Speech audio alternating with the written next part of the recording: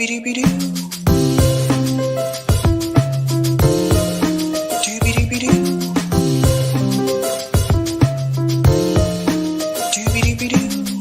host, sabrinasalvati.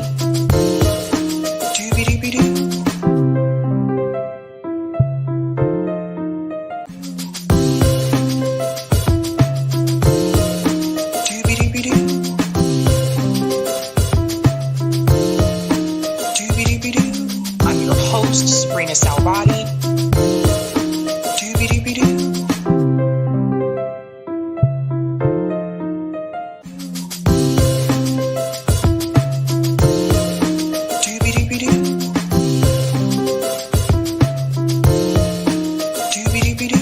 I'm your host, sabrinasalvati. All right. Happy Tuesday, guys. Welcome to Sabby Sabs podcast. I'm your host, Sabrina Salvati. If you are new, I want to let you know that Sabby Sabs podcast is a part of Revolutionary Blackout Network.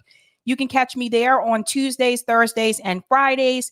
And you can catch me here Monday, Tuesday, Thursday, and Friday. Quick shout out to everyone watching on YouTube, Rockfin, and Twitter. And let's go ahead and get this show on the road. Big show tonight, at least I think so. Want to give quick shout outs to people in the chat. What's going on? Miguel says, peace. Shout out to Melody. Hey, Sabby. Probably get this all the time, but I have a story I would like to pitch to you. Would it be okay if I sent you an email with information? Yes, and thank you so much for reminding me because I've been meaning to tell you guys about this and I keep forgetting. If you want to pitch me a story, please send it to this email address. And the reason why I'm doing this is because over time, I have received a lot of emails at sabrinasalvati@sabbysabs.com. And sometimes in that email, I get multiple stories. So people will email me and say, hey, this happened, can you bring this person on? That kind of thing. But unfortunately, sometimes those messages end up going to spam, and sometimes it gets mixed in with a bunch of other stuff that have nothing to do with pitching stories. So if you want to pitch me a story, please send it to this email address, pitchtosabby@gmail.com. I hope that's easy to remember for people. Pitch to Sabby. I'm up here with the bat. Let's go. So send those to that email address, please. Thank you so much. And thank you so much for reminding me about that, Melody. Shout out to Negro. Sick of both major parties. We need ranked choice voting. I hear you. What's going on, Soul? Hey, Sabby. Great show on Rising. Whoop, whoop. That's right. I was on Rising today. If you guys click on my community tab on my channel, I actually shared that video. So check that out. Interesting conversation there. What's going on? Hannah G says, I'm here for it. Shout out to Dabby Dab says, Sabby Sabs and Sabby fam. Hello. Greetings, Troyding. DSA should remove itself. Okay. If you have not had a chance to do so, please go ahead and answer that poll. I'll be revealing the results of that at the end of the show, but I want to hear from you because that also is the call-in discussion tonight. So I can't wait to get into that. Shout out to JM for the super sticker. She's black. Sabby. I wish I don't care was a choice in the poll. The DSA is nothing but a DNC org, pretending to be something it is not. Well said there. I feel like I'm shorter today. Maybe my chair is down a little too much, but there ain't nothing I can do now. Screw it. Shout out to Debo, the Black Panther. All that fanny kissing and the squad still can't get squat. LOL. You couldn't make this up in a sitcom if you tried. The fraud squad is equated to the political version of Police Academy. Oh, you went there, Debo. You went there. Shout out to Mario says DSA should self-cancel. It is an abusive relationship level now. How many slaps can you forgive and forget?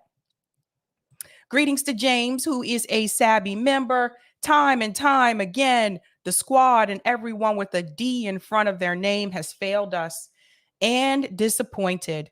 No one is truly going to save us, but us, workers of all sectors, need to wildcat strike. I agree with you. Shout out to Angela, who's also a Sabby member. Greetings, one and all. Happy Tuesday. What's up? Bryce says, I said not sure because I don't care for the DSA. Greetings. Bling Girl says, hi. Shout out to Gamer says, hello. Greetings. Eric, who is a Sabby member, says, time to do a Tuesday thing. What's going on, Lennon? We shouldn't care about what the DSA should or shouldn't do. What's going on, Jesus? Who cares if the Democrats win? They will do nothing. Shout out to Donnie. The DSA should remove the DSA from the register. You guys are cracking me up. What's going on? Matt says there is no reason to do it. They all want the same thing. They are there to enrich themselves and fuck the rest of us over. Shout out to Anna says, greetings, fellow Matrix dwellers. What's going on? Becca C says, what's up to Gamer?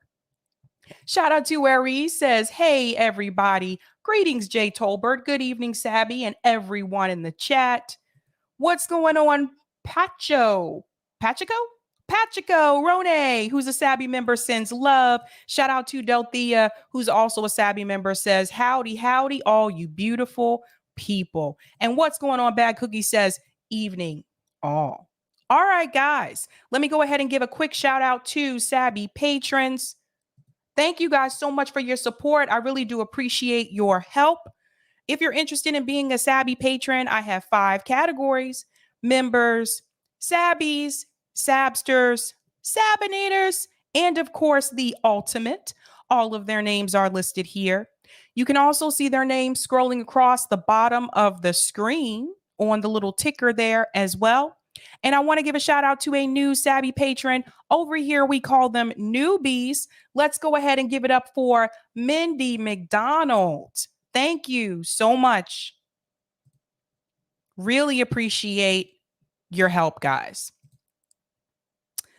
So, shout out to James, who's been a Sabby member for 6 months. I'm donating to mutual aid orgs, and all my B-Day fundraising on Facebook is for mutual aid orgs. It's better than donating to politicians. You taught me that.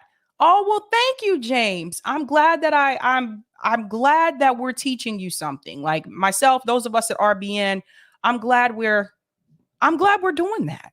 That's the whole plan, to teach people like there's better things that you can do with your money. Now, what are we talking about tonight, ladies and gentlemen? Let me go ahead and share that thumbnail. Let's get into it. Snazzy jazzy.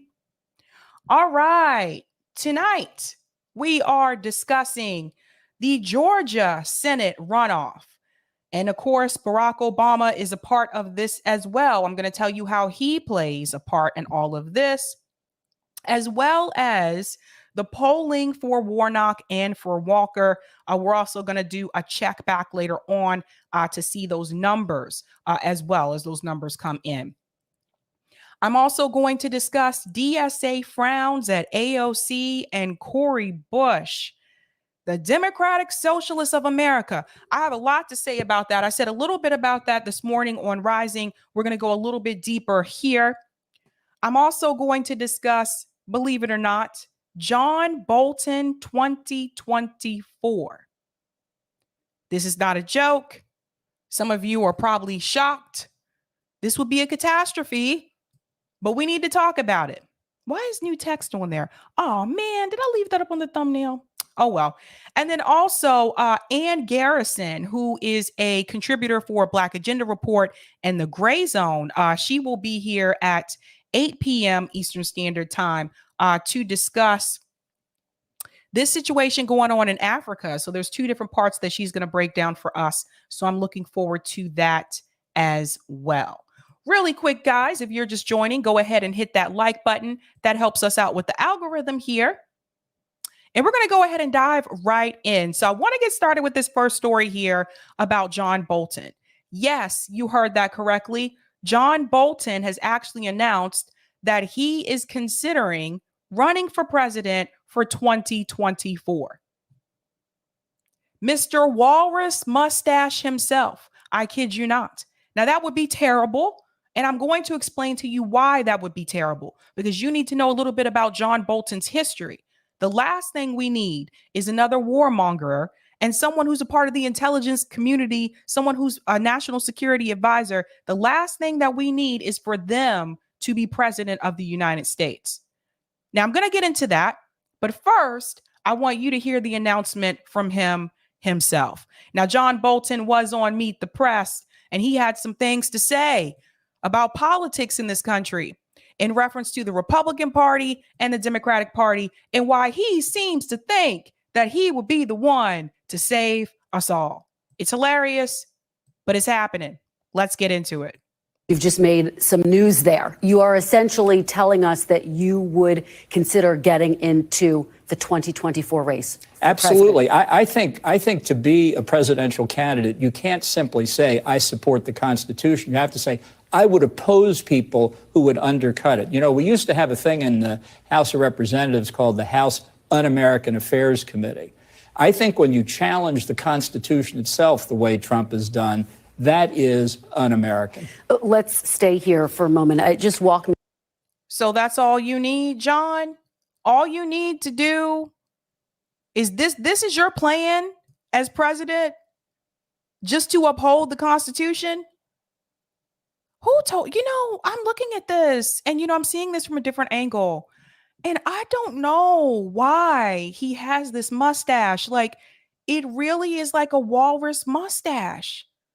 Do people dig this? I don't know.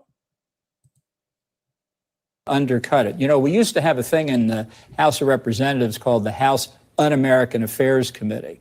I think when you challenge the Constitution itself the way Trump has done, that is un-American. Let's stay here for a moment. Just walk me through your thinking. What does your timeline look like? What would cause you to cross into saying what you're saying now and actually being a declared candidate for president?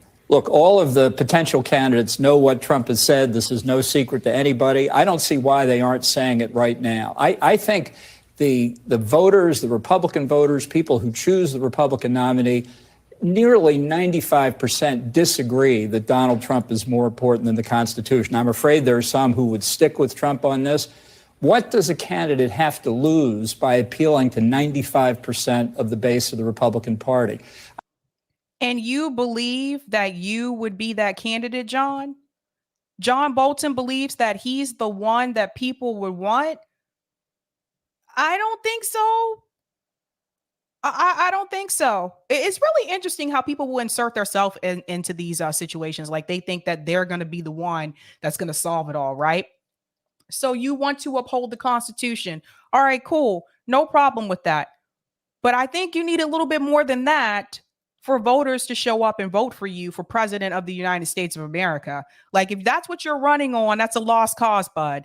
People economically are having very difficult problems right now. I actually just saw a tweet from Matt Stoller talking about what he's hearing from small business owners, how they have positions open, but people aren't showing up to work. How college professors are saying that students aren't showing up to class. How there appears to be all these positions open, but employers at the same time are saying they can't find people to fill those positions. So I think it's very clear here that capitalism has really failed, not just in the United States, but other countries as well. And I think that when we had the pandemic, it's really opened some people's eyes to the fact that when they were offered that opportunity to work from home, that they were able to get a sense of their quality life back. And it's true. I went through that experience as well.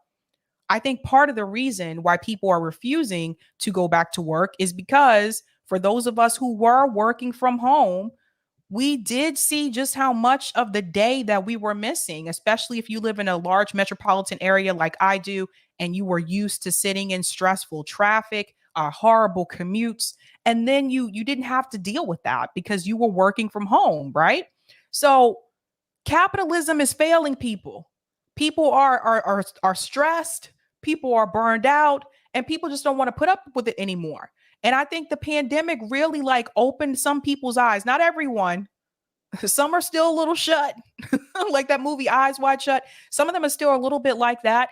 But I think for a lot of people that I've spoken to, people are realizing look, I got my quality of life back. So that's a big thing too. So is John Bolton just only wanting to run on protecting the Constitution and not addressing the economic issues that Americans are dealing with right now. He really thinks that this is a winning argument, that this is going to put him over the edge. And that's what's hilarious about this to me. He is completely out of touch with what American people need. The working class people, the poor people, he's completely out of touch. He thinks that this is going to be the holy grail that brings everybody in. And I think he's not alone.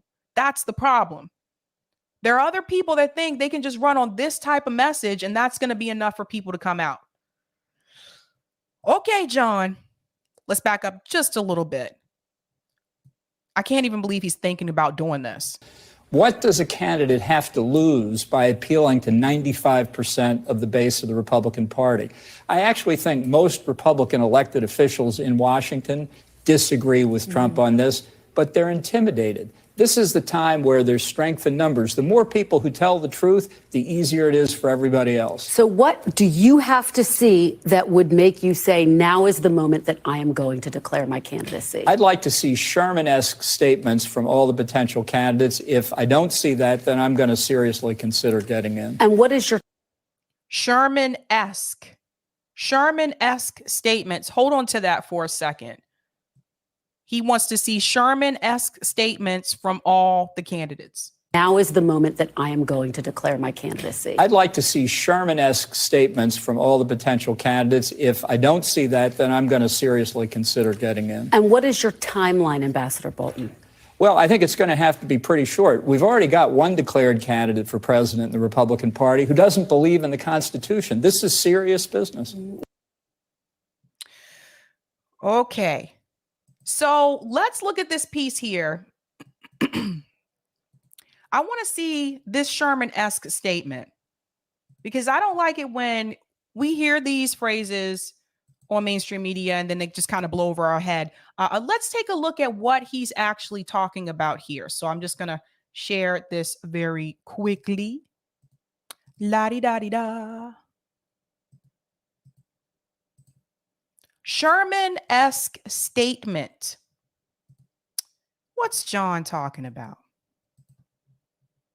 Sherman-esque statement is also called Sherman statement or Sherman speech. It is American political jargon for a clear and direct statement by a potential candidate indicating that they will not run for a particular elected position. The term derives from the Sherman Pledge, a remark made by American Civil War General William Sherman when he was considered as a possible Republican candidate for the U.S. presidential election of 1884. This is what I figured, and I do want to say something about General Sherman. General Sherman, the same General Sherman who promised slaves 40 acres and a mule. Where's that at? What happened to that?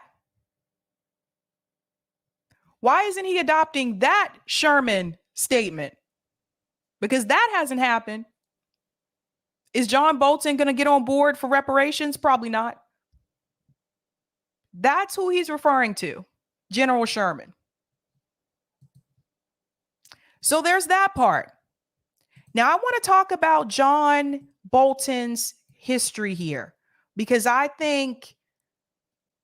know a lot of times we refer to him as a warmonger, but I want you to see just how bad he was. I think this is important for people to see. I sincerely hope this guy does not run for president. I don't think he would win if he did, but we got to put this out here. Now, Rolling Stone, they actually did a piece on John Bolton back in 2019. Listen to what they said. This is pretty bold coming from them at the time. Stop calling John Bolton a hawk. A hawk is notable. It's a notable, useful bird. Bolton is a war criminal. Let's get into it. Their same walrus mustache. A hawk is a medium-sized bird of prey, a noble animal that plays a vital role in many ecosystems. John Bolton, by contrast, is a war criminal, a man better described as a black pilled, death-worshipping ghoul drenched in the blood of Muslim children that compared to an elegant specimen of the family Accipitrade. I cannot pronounce that correctly. Pardon me there. If there were justice in the world, Bolton would be handed over to the Iraqi government, perhaps for them to do so as the Israelis did to Eichmann. He's not an international pariah on par with Rumsfeld or Rove, but he's easily as culpable as Wolfowitz, Pearl, Feith, or Libby in fraudulent invasions and catastrophic occupation of Iraq, a disaster that eventually spilled into Syria and now has people literally fleeing into the ocean. Again, remember, this was written in 2019. Unlike some architects of the Iraq War who had the decency to disappear from public life, Bolton continued to unapologetically defend the con job he did as George W. Bush's ambassador to the United Nations, even as he tirelessly agitated for war with Iran and North Korea and Venezuela as Trump's national security advisor. So this is the piece I want to highlight here. This man tried to get us into multiple wars. We're talking about Iran, North Korea, Venezuela, and of course, he also got us into Iraq with George W. Bush as well. And I think we all remember how well that turned out. And he sincerely believes that he has a shot at president of the United States. John Bolton seriously believes that. Does he think a lot of us that were around during the Iraq War, does he think we forgot the lie that was sold to the American people? Because I didn't forget. Could you imagine the catastrophe he would lead us into if he was in the White House? Could you imagine how many other more escalations he could lead? Let's go on. Yeah, whenever Bolton surfaces in the news, as he did again when he was fired Tuesday after being fired, it's almost impossible to find an article about him in which the rather flattering avian sobriquet is not applied in the first 2 or 3 paragraphs. It's almost a term of endearment. And it says a lot about how the media normalizes permanent war. And I do want to add this as well. It's not just the media that normalize it. Education systems in this country also normalize war. I remember the Iraq War. I remember my teachers talking about it. I remember Operation Desert Storm. I remember my teachers talking about that as well. In fact, we did a whole production for the school. The students did a whole production for the school about Operation Desert Storm. We had to sing "You're a Grand Old Flag." We had to sing this song. Until this day, this song still makes me very uncomfortable. Not that it's a bad song, and not that those musicians cannot sing. They can. But it takes me back to that time. And it's a song by Greenwood. And it's the song that goes, forget the name of it, but it goes like this. I'm proud to be an American. I'm proud to be an American, where at least I know I'm free. That song still gives me it makes me feel a certain way. We had to sing those songs in front of the whole school. Is that normal? Because at the time, that was normal. And we were taught, even in school, that the U.S. once again was in the right. We weren't really taught much about the other country. We were just told that our troops were going over there. They were the good guys, and they were going to get rid of all the bad guys. That's what we were taught. I was a kid. So it's not even just the media that normalize it. Education, the schools also were normalizing that type of behavior. I guess you can add sports into this as well, because you see it at football games. You would see it at basketball games. You see it at baseball games. It was all around us. Let's go back in, and there's another part I want to get to right here. This is a guy who spent the entirety of his bullying, bootlicking career constantly working the levers of the national security apparatus towards waging war. Any war with whatever country was at hand to target, be it Iraq, Iran, North Korea, Cuba, or Venezuela, whose government he tried to have overthrown earlier that year.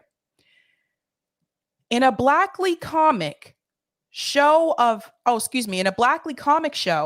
American ineptitude that would be too much for the Coen brothers. Hawk is cutesy, not to mention cliche, and it's freighted with the assumption that we're all united by a shared concern for national security, and Bolton just happens to be at the far end of a basically good faith argument over the appropriate application of American military power abroad. You have hawks and you have doves, both of which are needed, and the institutional processes of democracy and the marketplace of ideas will sort it out. Such is the neo-liberal attitude. It kind of reminds me of survival of the fittest.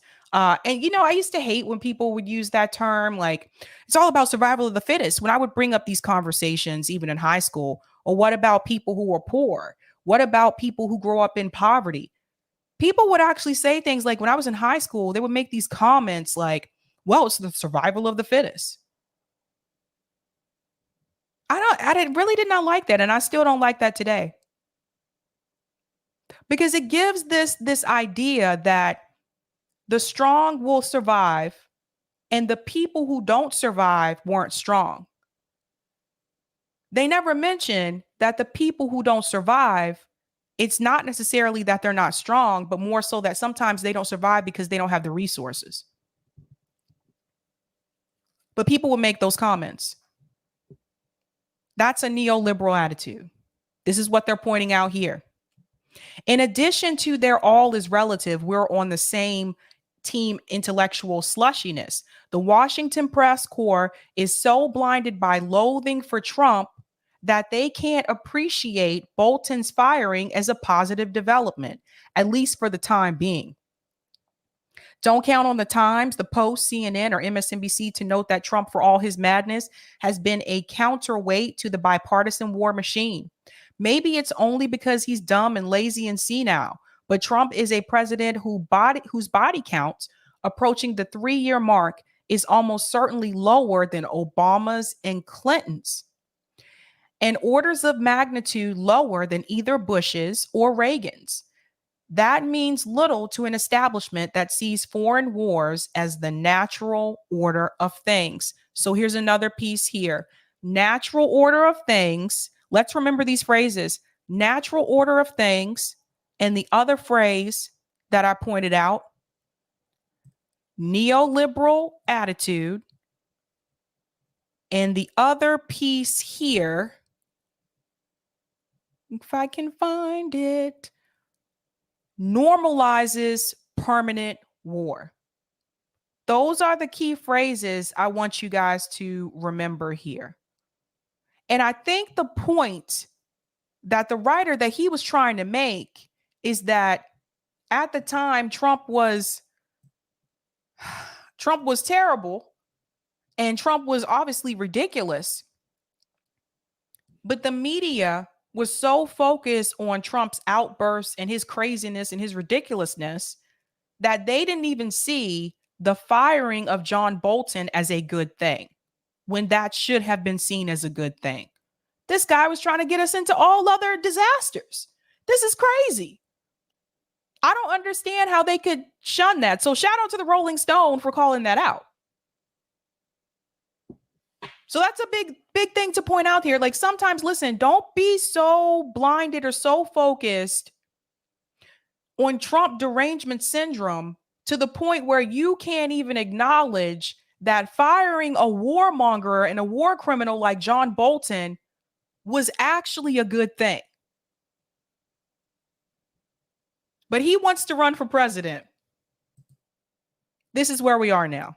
I kid you not. I sincerely hope this doesn't happen. Kill Yuri Gorgi says Bolton for prison 2024. That would be more fitting. That would definitely be more fitting. Wow. I'm going to go to some of the comments here in the chat. Thank you for the super sticker, James Wheat. Anna, Bolton is an NPC, a cardboard cutout of a human. My comrade JB Font is here, says Bolton is a death walrus. Oh my God. Who likes that mustache? Why? I don't get it. I don't like it. I don't like it at all. Okay. We're moving on to our next story here, and this is the Georgia Senate runoff. So that race is happening right now. Polls were open earlier today. I should have some results or some type of numbers here for you shortly. But I have two clips that I want to show you because let's go back and let's think about this for a second. Now, we had Warnock and what's the guy's name? Walker. Damn, I forgot his name. That's probably not good for him.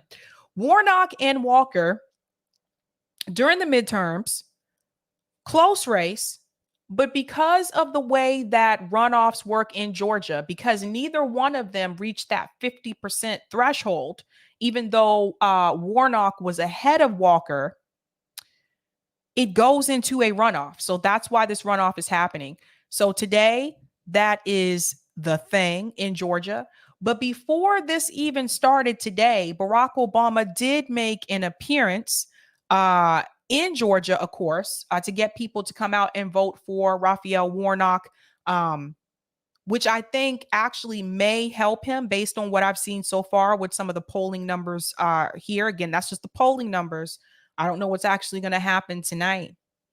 But I do want to say that I think Obama coming there may actually help him a little bit. So I want to show you two different clips. Here's the first clip that I have from CNN. And it says, Obama campaigns in Georgia as early voting surges in the runoff. So let's check this out and go ahead and hit that like button for me, guys. Here we go. Democrats are calling in their closer when it comes to Georgia. Former President Obama is going to be there campaigning today for Senator Raphael Warnock. Obama is already headlining Warnock's closing ad campaign ahead of Tuesday's runoff election against Republican challenger Herschel Walker. Georgia, serious times call for special leaders. Leaders you can trust. Leaders who are driven by something bigger than politics. Leaders who give people that $600 that they were shorted in 2020. You should add that in, Obama. Make sure you add that in. Okay? Add that in, the $600. That's why you need to re-elect my friend and your senator, Reverend Raphael Warnock. The question is whether or not that message is appealing to voters. CNN's Eva McKend is live on the ground in Atlanta. You have been following this race incredibly closely. What are you hearing from voters? Because over 1 million of them have already voted in these early days of voting. Well, good morning, Caitlin. I want to begin with the Obama visit because when he was here just about a month ago, it was the most fired up that I have seen Georgia Democrats. He was over in College Park. The line stretched around the arena. And when you talk about runoff elections, it is principally a turnout game. Which side can turn out the most voters? It makes a lot of sense for them, the campaign, to be calling him back here to really energize the Democratic base. I would imagine we are going to hear from him a lot of what he said just 4 weeks ago when he essentially argued that Herschel Walker was a great football player, but not in a position to serve in the United States Senate. And I did talk about that when that happened. It's interesting. Yes, he did come and campaign for Warnock for the midterms as well. And Warnock still couldn't get to the 50%. And this is why I go back to saying this again, that like that race should have never been that close. If what Barack Obama is saying about Herschel Walker is correct, like, yes, he did play for the NFL. But if what he's saying about Herschel Walker is true, about him just being a football player, therefore he should not be fit for the Senate, then why was that race as close as it was?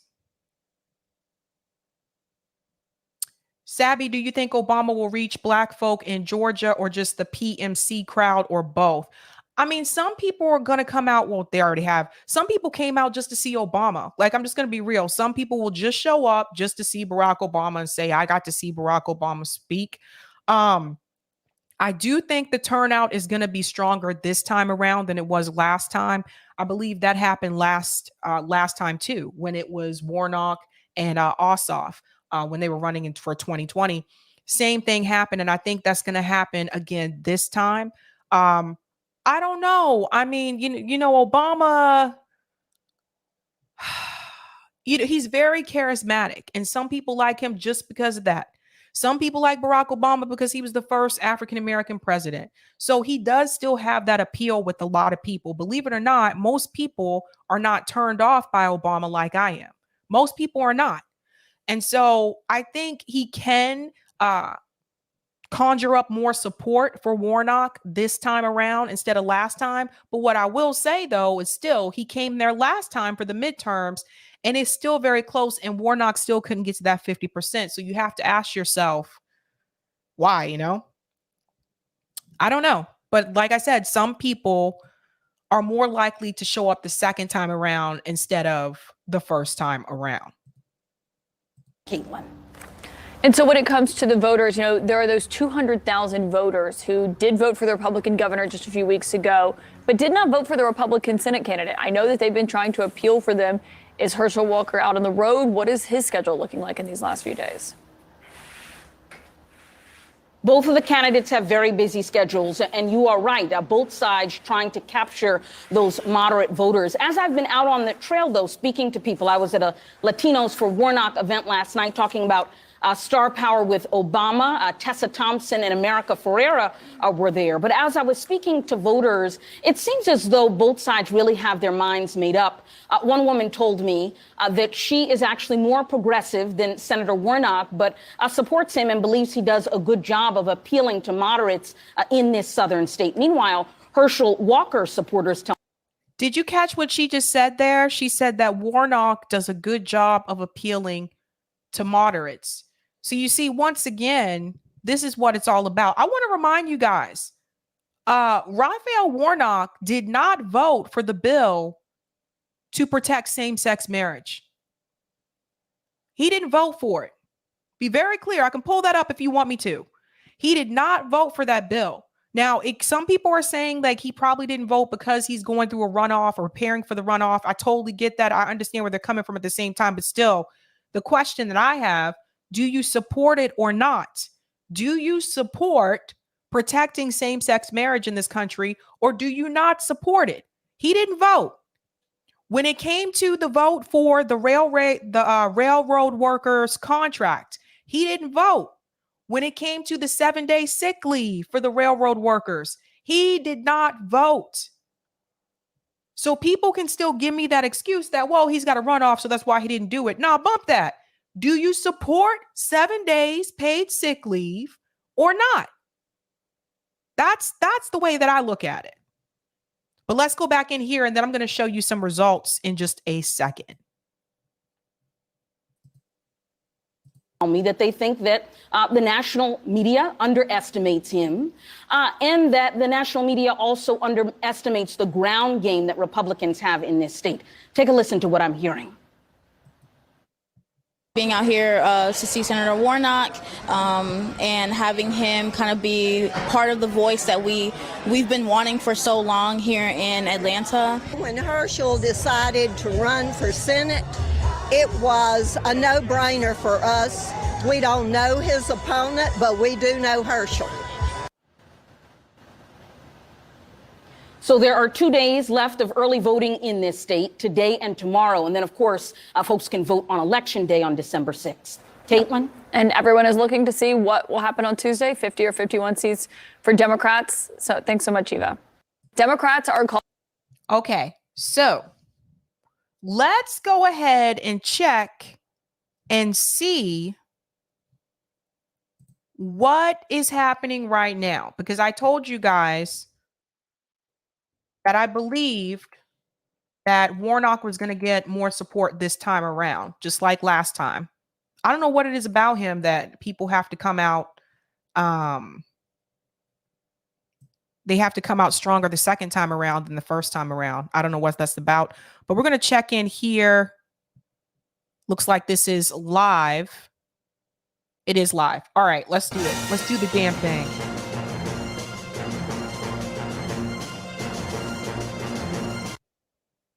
Okay, so this is live right now on MSNBC, Georgia Senate runoff. Right now, can I pause it if it's live? Well, let me. Okay, good. Because I don't know if it'll keep. All right. So right now, keep in mind, it's still early. There's 69% that's in. It says too early to call, which is true. Right now, Herschel Walker has 53.4% and Raphael Warnock has 46.6%. The difference is 1,432 votes. But again, like I told you guys, it's still early. I am surprised that they already have 69% in. That was definitely not the case during the midterms. It took a little bit longer to get to that point. But here we are. Now, wait a minute. I'm seeing two different numbers here. Hold on, guys. I see 69% in. Oh, that's Lowndes. Who comes up with these names? Lowndes County. Hold up.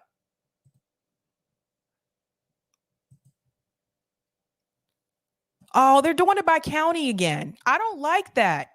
What is the total, man? Is this at the bottom? Okay. But see, you guys can't really see it because the line's in the way. Anyway, so far, 29% in. Okay, that sounds more realistic. That's why I was like, wait a minute, 69% in already? 29% is in. Warnock has 54.6% and Walker has 45.4%. But they're still saying it's too early to call statewide. Let me pause it there. There you go. Here's the statewide one. 54.6%, 45.4%, still too early to call, 29% in. Now, one thing to remember as well, just like with the midterms, I want to be very clear about this. In reference to the early voting, typically those voting Democrat voted early. Those who voted today on election day are more likely to be the Republican voters. I don't know if they did mail-in ballots this time around. They may have. I'll have to double check.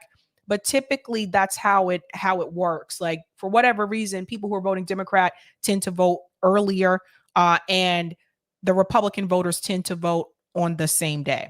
So keep that in mind when you're looking at the difference between the two. But we'll have to check back into this as well. This is definitely probably going to change over time. But based on what I have seen from the polls earlier today, it looks like Warnock is going to keep his seat. Looks like he's going to keep his seat. Now, we'll come back to that because I do have another video that I want to show you as well about this race in particular. Now, this one is from MSNBC. So let's hear what emoji, I call him emoji guy because he reminds me of an emoji. You guys know the little emojis that, you know the emoji with the glasses? That's what he reminds me of.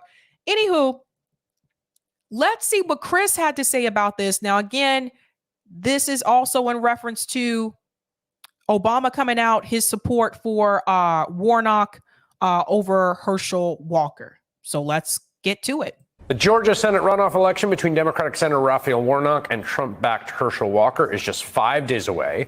And if you're in the Walker camp, that can't come fast enough because it seems each and every day brings some new piece of news demonstrating just what a terrible candidate Mr. Walker is. Tonight, former President Barack Obama was... See, don't he remind you of the emoji guy? I told you someone put the little the emoji down there. He does remind me of emoji. in Georgia at a rally for Warnock, and man, it was not pretty for Herschel Walker. Since the last time I was here, Mr. Walker has been talking about issues that are of great importance to the people of Georgia. Like whether it's better to be a vampire or a werewolf.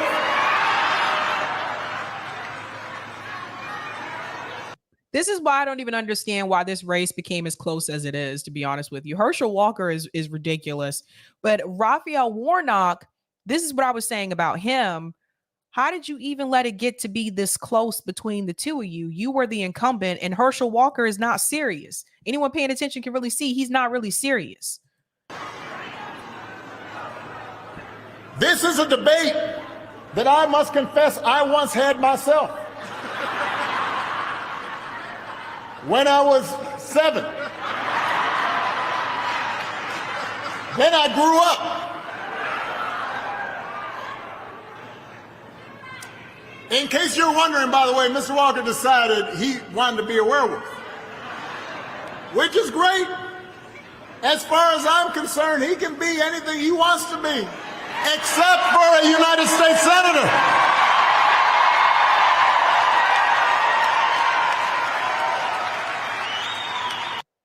That's also pretty interesting too, because again, that goes back to what we've said before about Barack Obama, how he's still making calls behind the scenes. Even though he's not president anymore, he was able to force the hand of politicians that were running against Joe Biden in the 2020 election and tell them to drop out so that Joe could get that boost. So he's already making the call. He's telling you he's not going to be senator.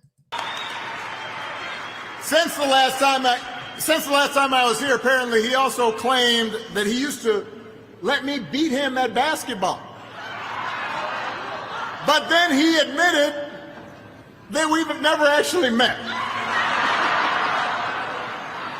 So I guess this was more of an imaginary whooping that I laid on him. Yeah, I mean, it's comical and everything, but again, this has nothing to do with the economic situations that people have right now in the country. Like, to me, this really is not a time to be joking around. And I think that's the difference between people like me and people like Barack Obama. When you look at people who are working class, people who are poor, compared to some of the PMCs, not all of them, but compared to some of the PMCs, they don't seem to understand that sense of urgency. So Obama shows up and he thinks it's time for jokes. And what's really interesting too is the people in the audience, they're laughing. I don't see what's so funny given the current state of the economy. I just told you guys earlier that workers, the employees say they can't get people to come to work. They can't fill these positions. At the same time, people are still being laid off from work. This really isn't a laughing matter. And I think the focus should have been on the economy. It should have been focused on, particularly with Georgia. I know Georgia does have pretty strict abortion rights. He probably did touch on that a little bit, but I mean, like, I just don't see this as a laughable, funny moment. I don't know. That's just me. Now, listen, this would be funny if he weren't running for Senate. That's well said. I've had that very same thought many times. It's the reality of the situation. It's not only Democrats who understand this. Listen to this story told by the current Republican lieutenant governor of Georgia yesterday. I showed up to vote this morning. I was one of those folks who got in line and spent about an hour waiting. And, it was the most disappointing ballot I've ever stared at in my entire life since I started voting. I had two candidates that I just couldn't find anything that made sense for me to put my vote behind. And so I walked out of that ballot box showing up to vote, but not voting for either one of them. Everybody heard what he just said? He walked out of that ballot box. He showed up to vote, but didn't vote for either one of them. And this is a complaint I think a lot of us have had over the past couple of years. We've had this growing complaint that, once again, you are giving us two candidates that we don't want. And it's almost like you have to force your hand a little bit here. It's like, oh, I really don't like this one, and I don't really like that one either, but I got to pick somebody because I'm going to feel bad if I don't. Or my friends are going to make me feel bad if I don't. Or the media is going to make me feel bad if I don't. You shouldn't vote for someone that you don't want to vote for. All of the voter shaming has to stop. And that's been a problem. I remember that being a problem since 2016, where I know people who voted third party were shamed or were smeared by Hillary supporters. You gave us Trump. No. That would have been Hillary Clinton. So the voter shaming is something that has to go away. But here you go. Here you have a guy here telling you, showed up to vote, couldn't do it. Couldn't do it.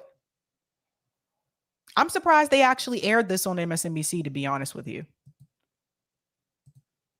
It's not so surprising.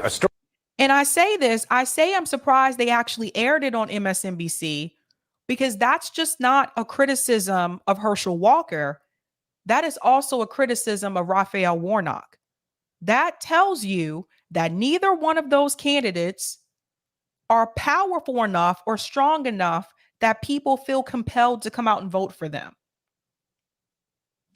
Now, some may, but honestly, it should have never been this close in the first place. Should have never been that close. Story, given that throughout this campaign, nearly every day, there seems to have brought a new bombshell about Herschel Walker. CNN reported that Walker claimed his Texas home as his principal residence as recently as this year.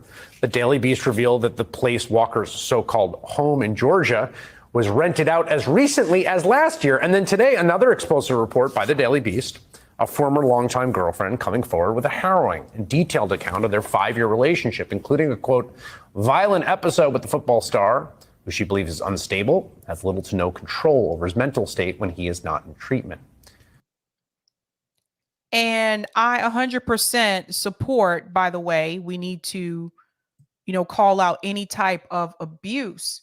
At the same time, I will say, I think it's pretty funny because what they don't do is they don't call out domestic abuse when it's a member of their own party. If that were the case, would Tara Reid be in the situation that she's in now? No, she would not. So they're willing to call out this type of behavior when it's a member of the Republican Party. And both parties do this, by the way. But they're not willing to call out that type of behavior when it's a candidate that's running through the Democratic Party. So that's something to think about. One more piece here. Herschel Walker just blanket denies every one of those stories, but notably never really substantively disputes facts. Roger Sollenberger is a political reporter for the Daily Beast who broke that story along with numerous other stories about Herschel Walker during this campaign.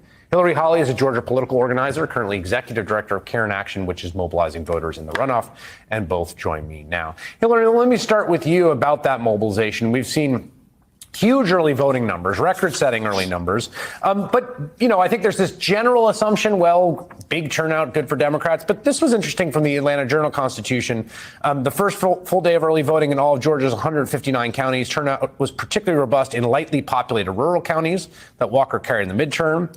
Among the counties that backed U.S. Senator Raphael Warnock, 478,000 people had voted through Tuesday. In counties that supported Walker, 355,000 ballots have been cast. It's always hard to draw conclusions. But what is your sense about the level of engagement, particularly because this race won't decide Senate control as some thought it might?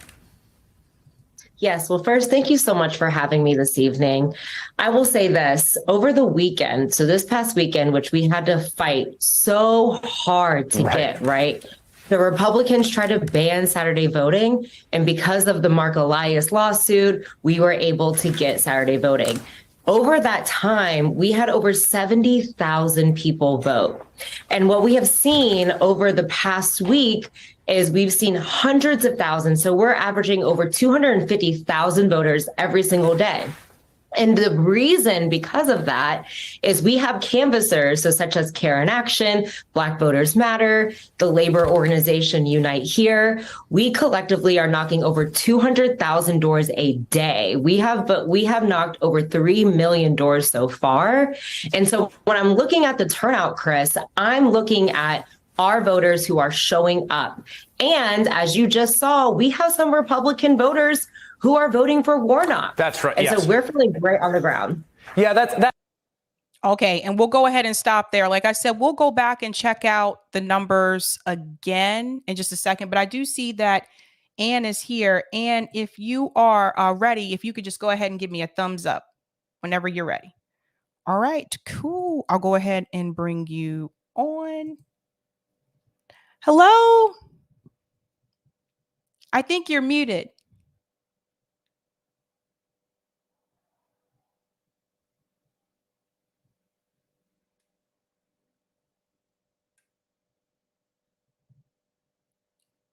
Yeah, I think you're. I can't hear you. You may have to oh, you're using a Yeti mic. Okay. If you're using a Yeti, you want to make sure you didn't hit did you hit the mute button on the Yeti?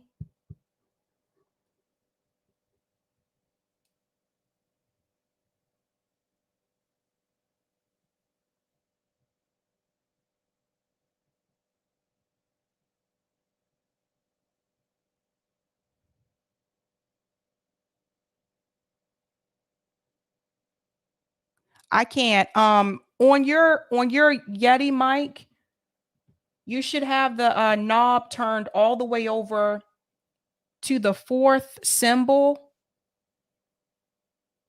where it looks like a number 8.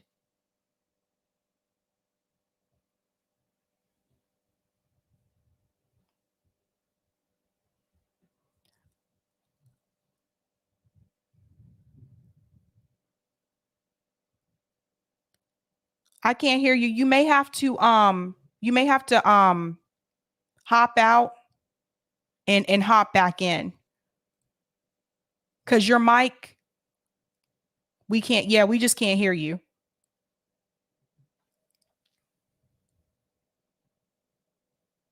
Okay. She's going to try to hop back on. Bill, did anyone see the Taibbi tweets today? The general counsel for Twitter was a formal counsel for the FBI, and he scrubbed things out of the first batch of released documents. I did not see that. I'll have to check that out. Let's see. All right, Ann, let's see if we can try it again. So you can hear me. Okay, we just can't hear you. You want to make sure you have the right mic selected, because if you go to settings and then click on audio,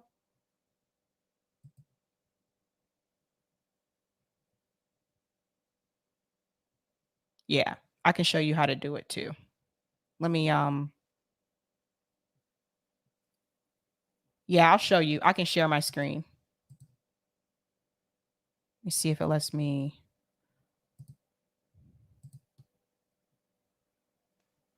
Yeah, let's see if I can share this. If it lets me share this screen. Okay, so at the very bottom where it says settings, if you click on that and then click on audio, you want to check and make sure you have the correct microphone.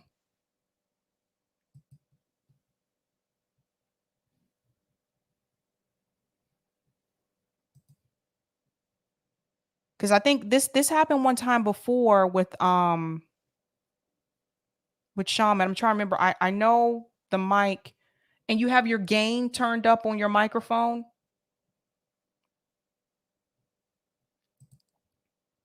What if I just unplug the mic? Yeah, try that.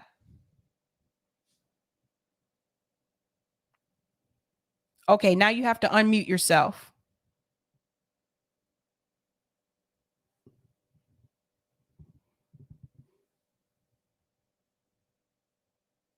Oh, wait, I think I can unmute you. Can't unmute your get. Oh, okay. Okay, she'll be back. USB mic, yes. It's the Yeti USB. I still have my old Yeti. I don't use it as much anymore because I used to have issues too. Let's see now. Okay, can you hear me, Ann? Okay, let's see. Yay! Okay, we can hear you. You can hear me now. Okay, I can hear you. You know, with all this fooling around, I'm afraid I need to go. I need to go get the power cord for my computer because it's going to run out. Hang on just a sec. Okay. Okay.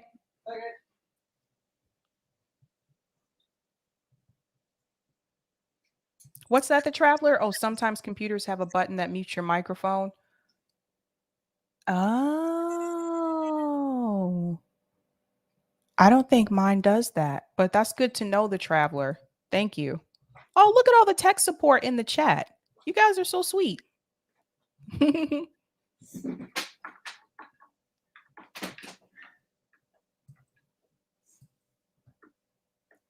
And roll down here. Thank you for the super chat, Greatness81. Walker needs to defeat the phony reverend. His church evicted poor blacks this year. Oh, I didn't know that, Greatness. Yikes. I did not know that one. Well, that's interesting. It's not the only voice today that I've heard against Warnock. Can you hear me now? Interesting. I can. All right. Let me introduce you to everyone. Okay, thank you. All right, guys. My special guest tonight is Ann Garrison. She's a journalist and a contributing editor at Black Agenda Report, The Gray Zone, and Pacifica Radio. Welcome, Ann. Thank you so much for coming on. Oh, thank you. And I'm only a contributing editor of Black Agenda Report. I'm not a contributing editor at those other outlets, although I do contribute. Oh, okay. Gotcha. So I wanted to get your opinion about this because you wrote an article here about Ethiopia, and I want to go ahead and bring this up on the screen because I have talked to people about the conflict in Ethiopia before. I do like to get different opinions about it. And it says Ethiopia nears victory in its civil war. The U.S. scrambles to control the outcome. And I wanted to get your take on this because I think this story in particular is not receiving a lot of mainstream media press in the United States.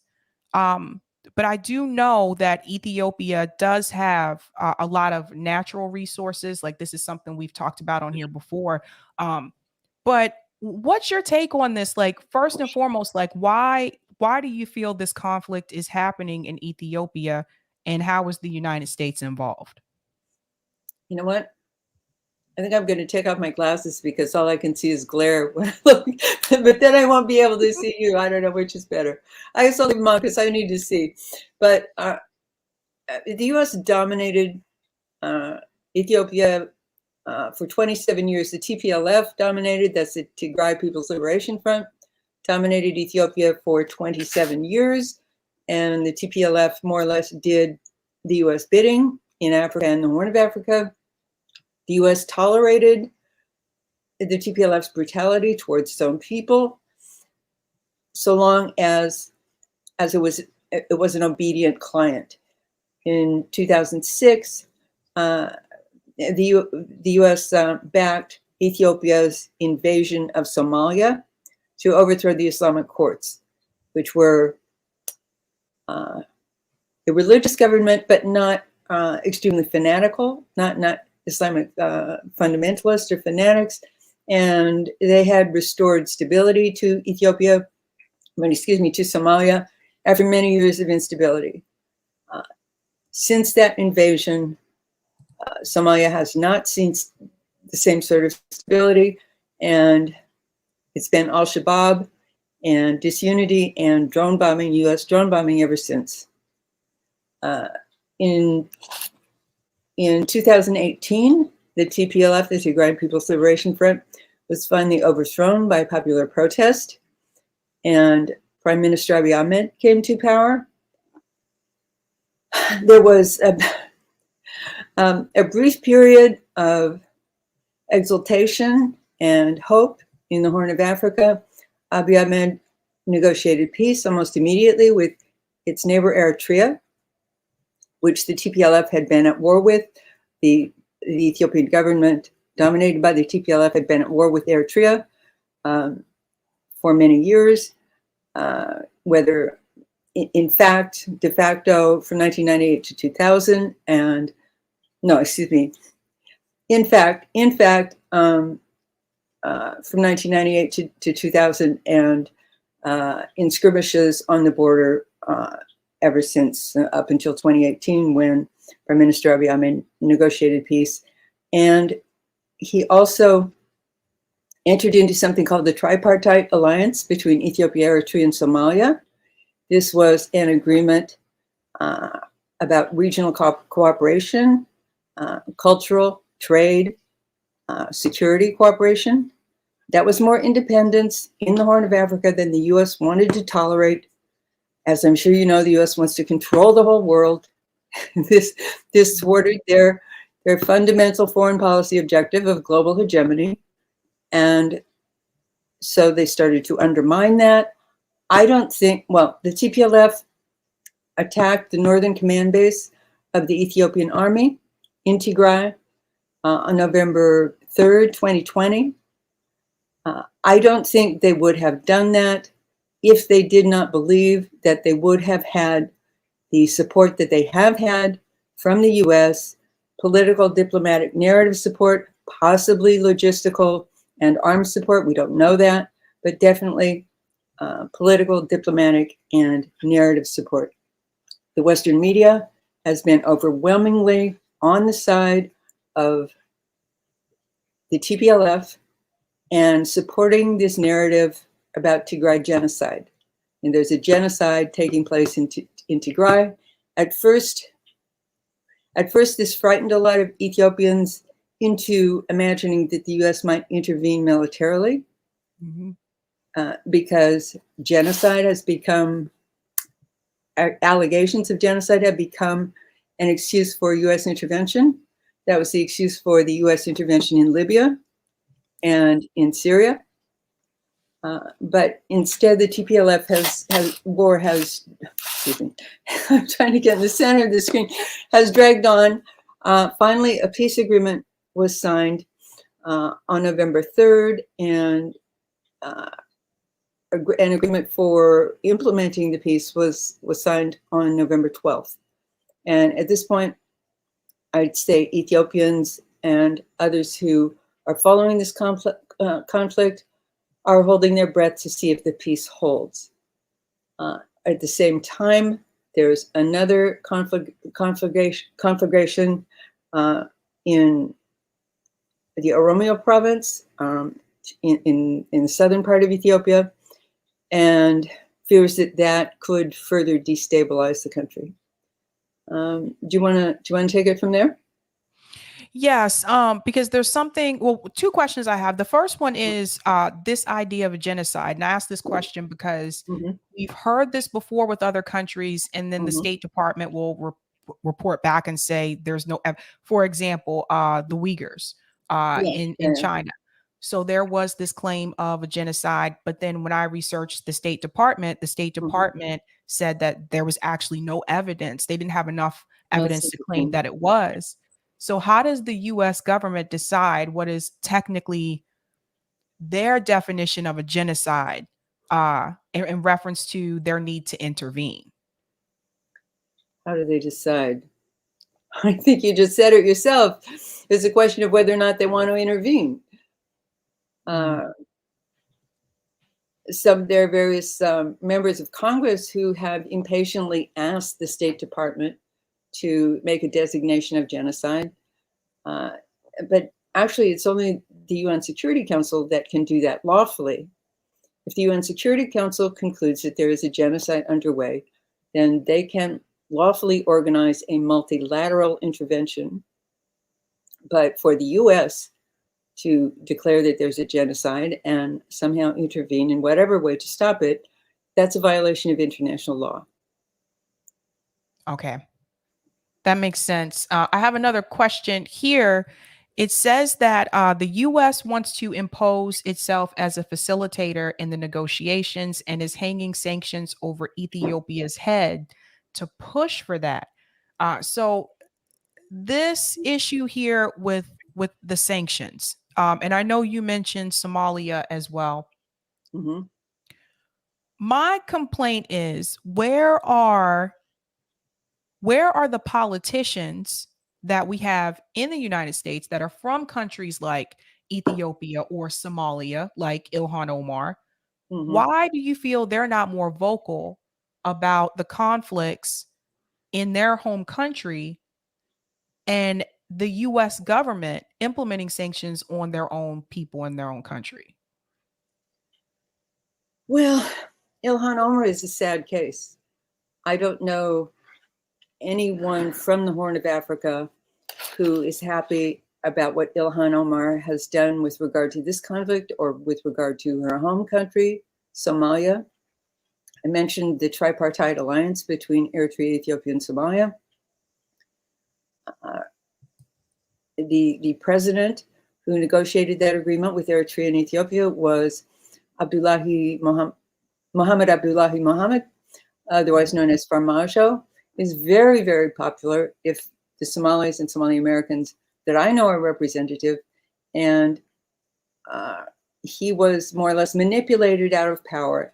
Ilhan Omar kept demanding that he leave. And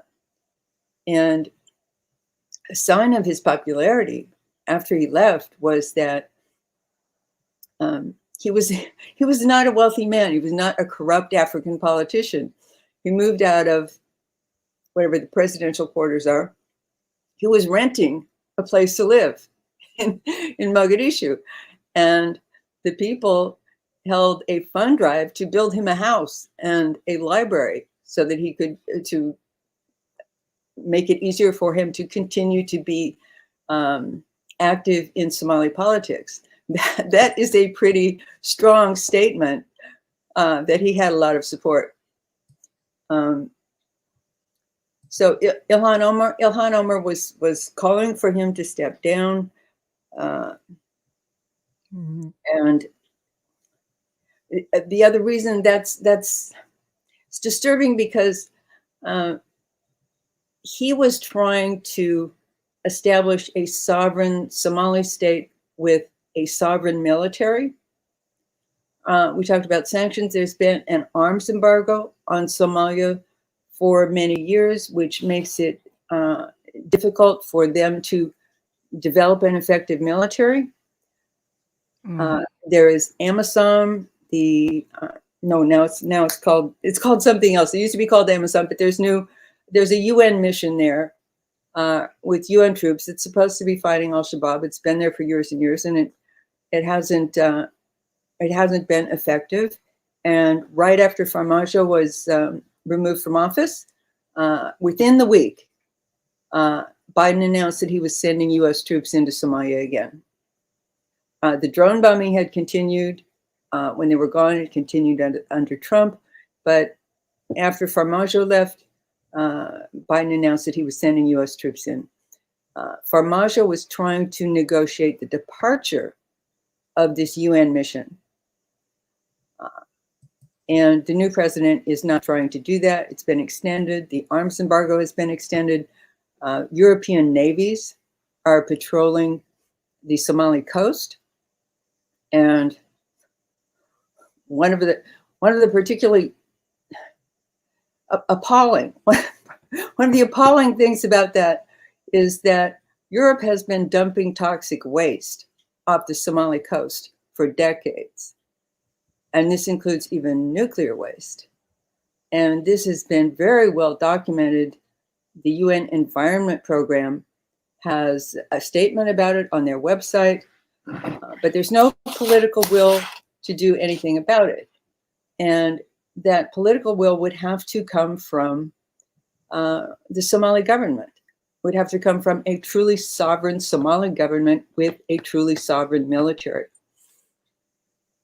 So Ilhan Omar has also been very destructive with regard to the Ethiopian conflict. She has attacked the government, and she has demanded this genocide designation, which is more or less carte blanche for the U.S. to do whatever it wants to do there. Wow. Why? I can't really explain that. You know, Kevin McCarthy has threatened to remove Ilhan Omar from the House Foreign Relations Committee because of her stance on Palestine, particularly saying she's anti-Semitic and she's anti-American. And my friends from the region applauded that at first, just the very idea of having her off the House Foreign Relations Committee, where she is on the House Foreign Relations Subcommittee on Africa. But, you know, they know that it's for the wrong reasons. So I don't think that they will continue to push that position. But at first, the idea that she would be removed from that committee sounded like a relief to them. Mm. I don't know of any other politicians from the Horn in office. Now, there may be someone I'm not thinking of, but the Ethiopian diaspora communities are Ethiopian, Eritrean, and I believe Somali are very well organized. And you were talking about this election, the Warnock-Walker election that has everyone holding their breath right now. Mm-hmm.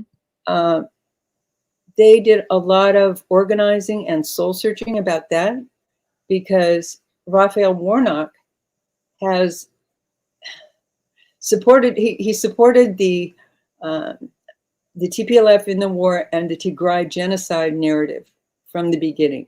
And they tried to lobby him, and they had a lot to do with electing him and with electing Joe Biden in 2020, because they're very well organized voters. They can deliver about up to 15,000 votes. And in 2020, Joe Biden won by 7,000 votes. And their calculation is that they delivered 15,000. So they played a significant role in Biden's election there, and not quite as significant as in Warnock's, because Warnock won by, I think it was something like 45,000, maybe more. But they supported Warnock, they supported Biden, and then they were appalled at what happened as soon as Biden, in fact, the very evening that Biden was elected, the TPLF attacked the Northern Command Base and started the war in Ethiopia.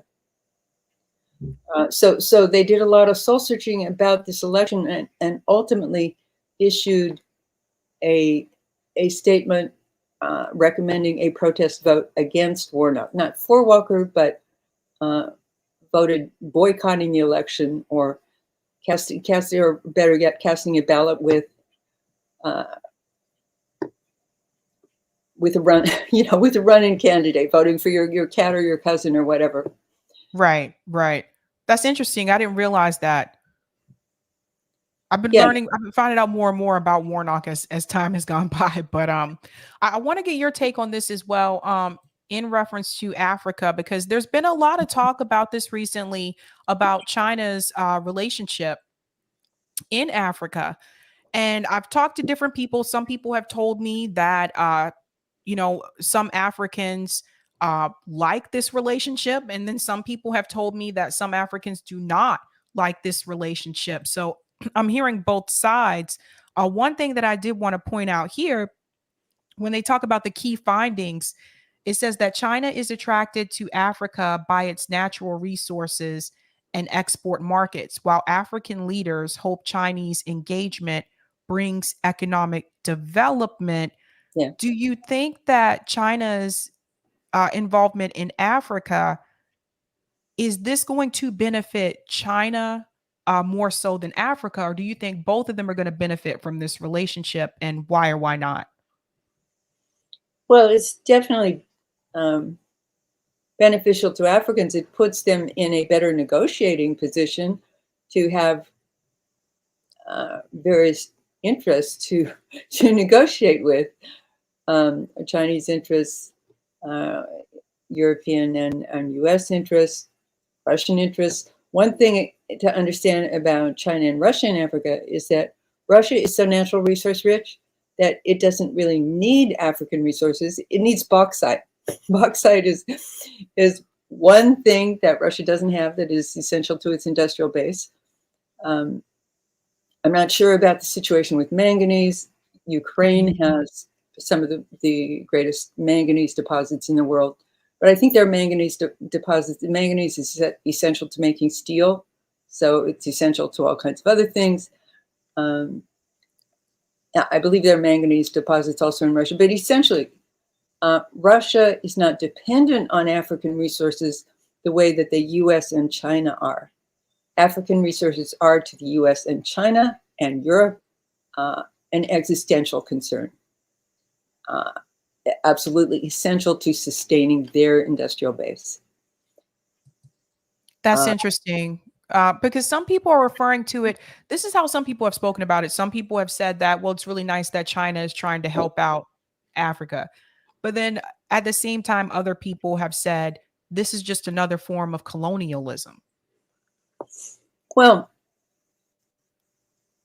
I think it behooves African governments to negotiate the best deals they can get.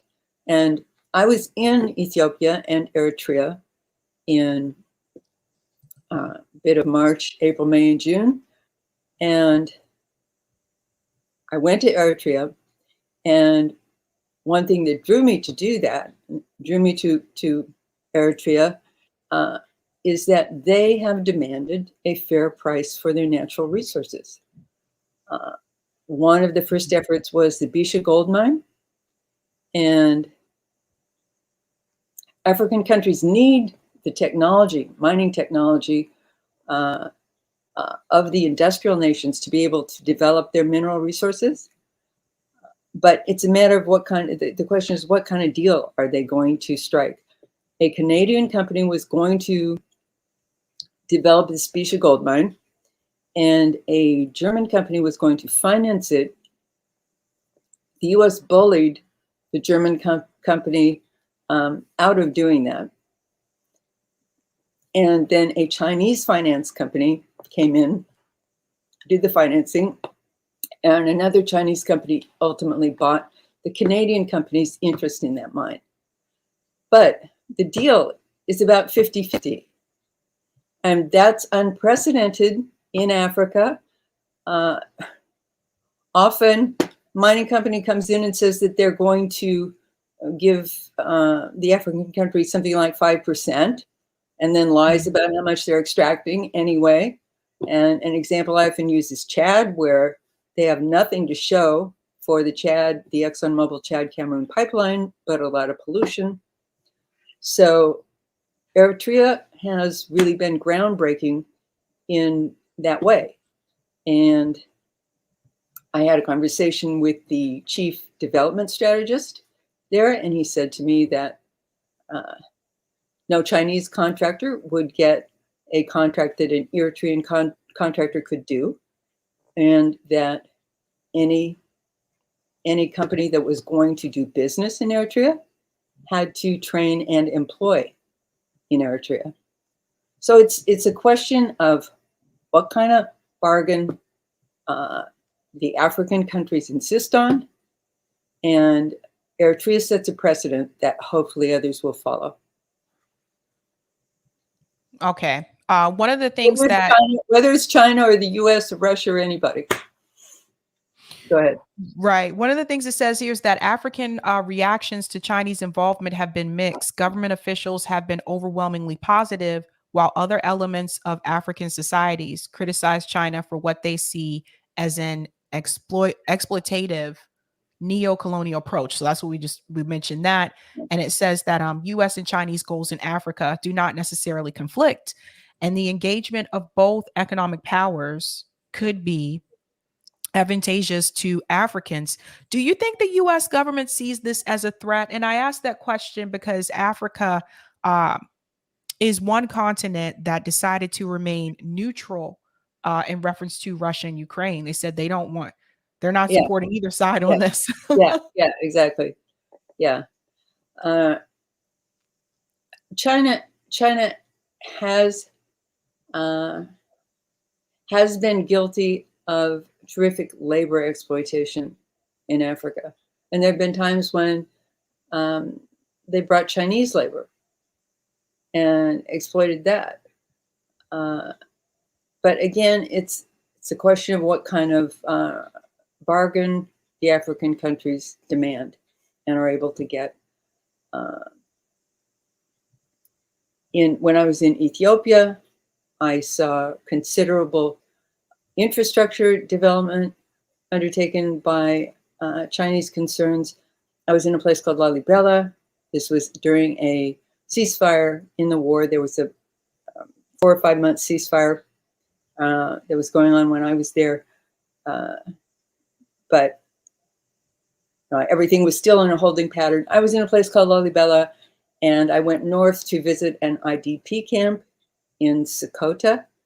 And about half the road between Lalibela and Sakota was paved. And it had been paved by Chinese interests. And you could see how important this was, because driving over these gravel and rock roads was slow and painful. And there was a camp where the Chinese concern that had been building the paved roads was had been, and now they had left. They had left when the war started. That camp had been occupied by the TPLF. By the time I was there in Lalibela, the TPLF had been driven out, but the Chinese had not come back to start building the roads again. There is an above ground, I don't want to call it, there was an above ground transportation effort. I'm trying to think of what the word for something that's a subway above ground. It's sort of a train effort going through Addis Ababa. It was built by the Chinese. There were not enough cars running on it, and that was because it had not yet been hooked up to a power grid being fed by the Grand Ethiopian Renaissance Dam. Ethiopia has enormous potential, especially now with the Grand Ethiopian Renaissance Dam coming online. This is a dam that's powerful enough to deliver electricity to all of Ethiopia and to neighboring countries. And the Chinese concerns were building the electricity delivery infrastructure. And I'm sure that this is something else that has been held up by the war. You have all this power, but you have all this power, you're generating all this power, but you have to figure out how to get it to the people. That's true. That's a good point. One more question that I have for you in reference to this is that obviously there are, we've talked about China on here before a couple of times, and the same thing with Russia, how I think like the US does see them economically as a threat. With this partnership with China and with Africa, do you think it could get to the point where economically the US will also see Africa as a threat as well? See Africa as a threat? Is that what you said? Well, I think I would see losing access to African resources as a threat. There are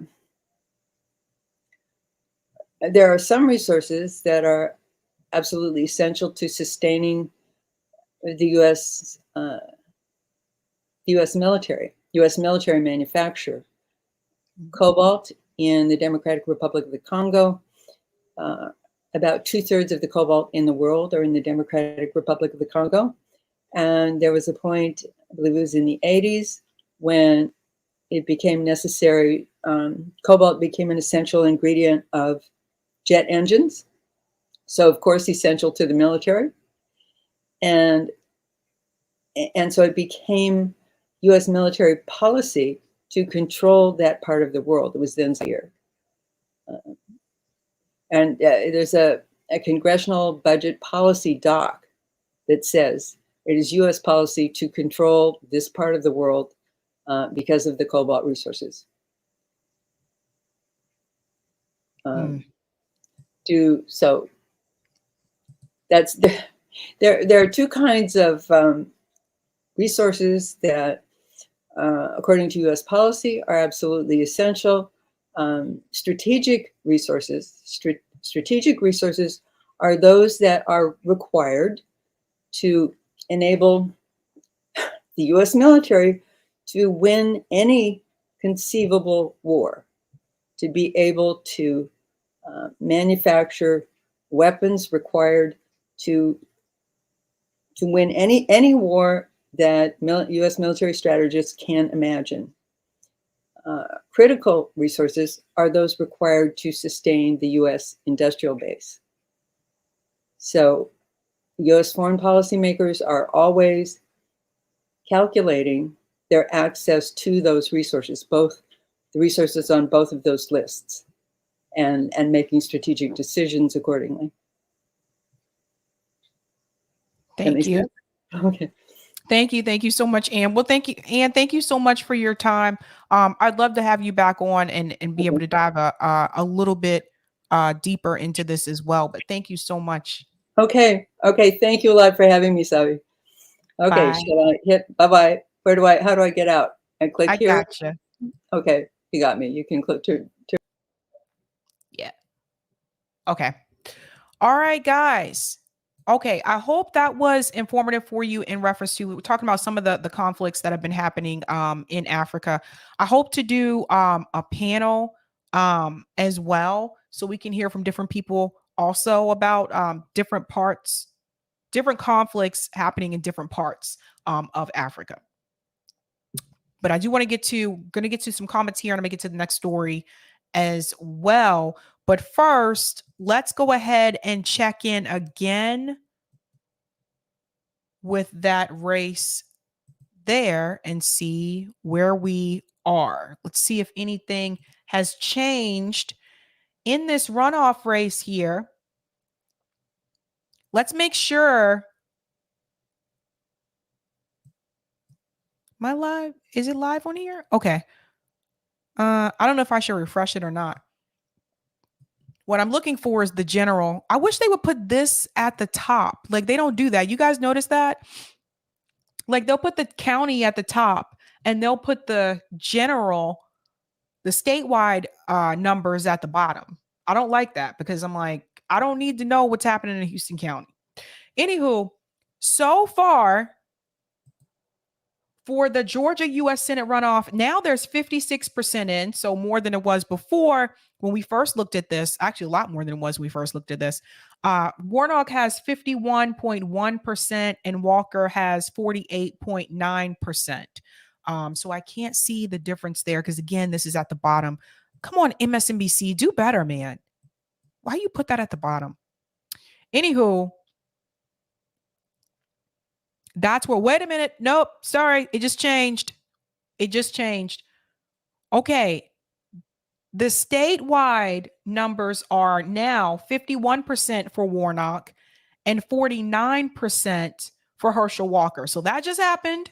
So it's getting closer and closer. And like I said, you guys, again, it shouldn't even be this close. Like, that's the part that's really, it's crazy to me. It's crazy.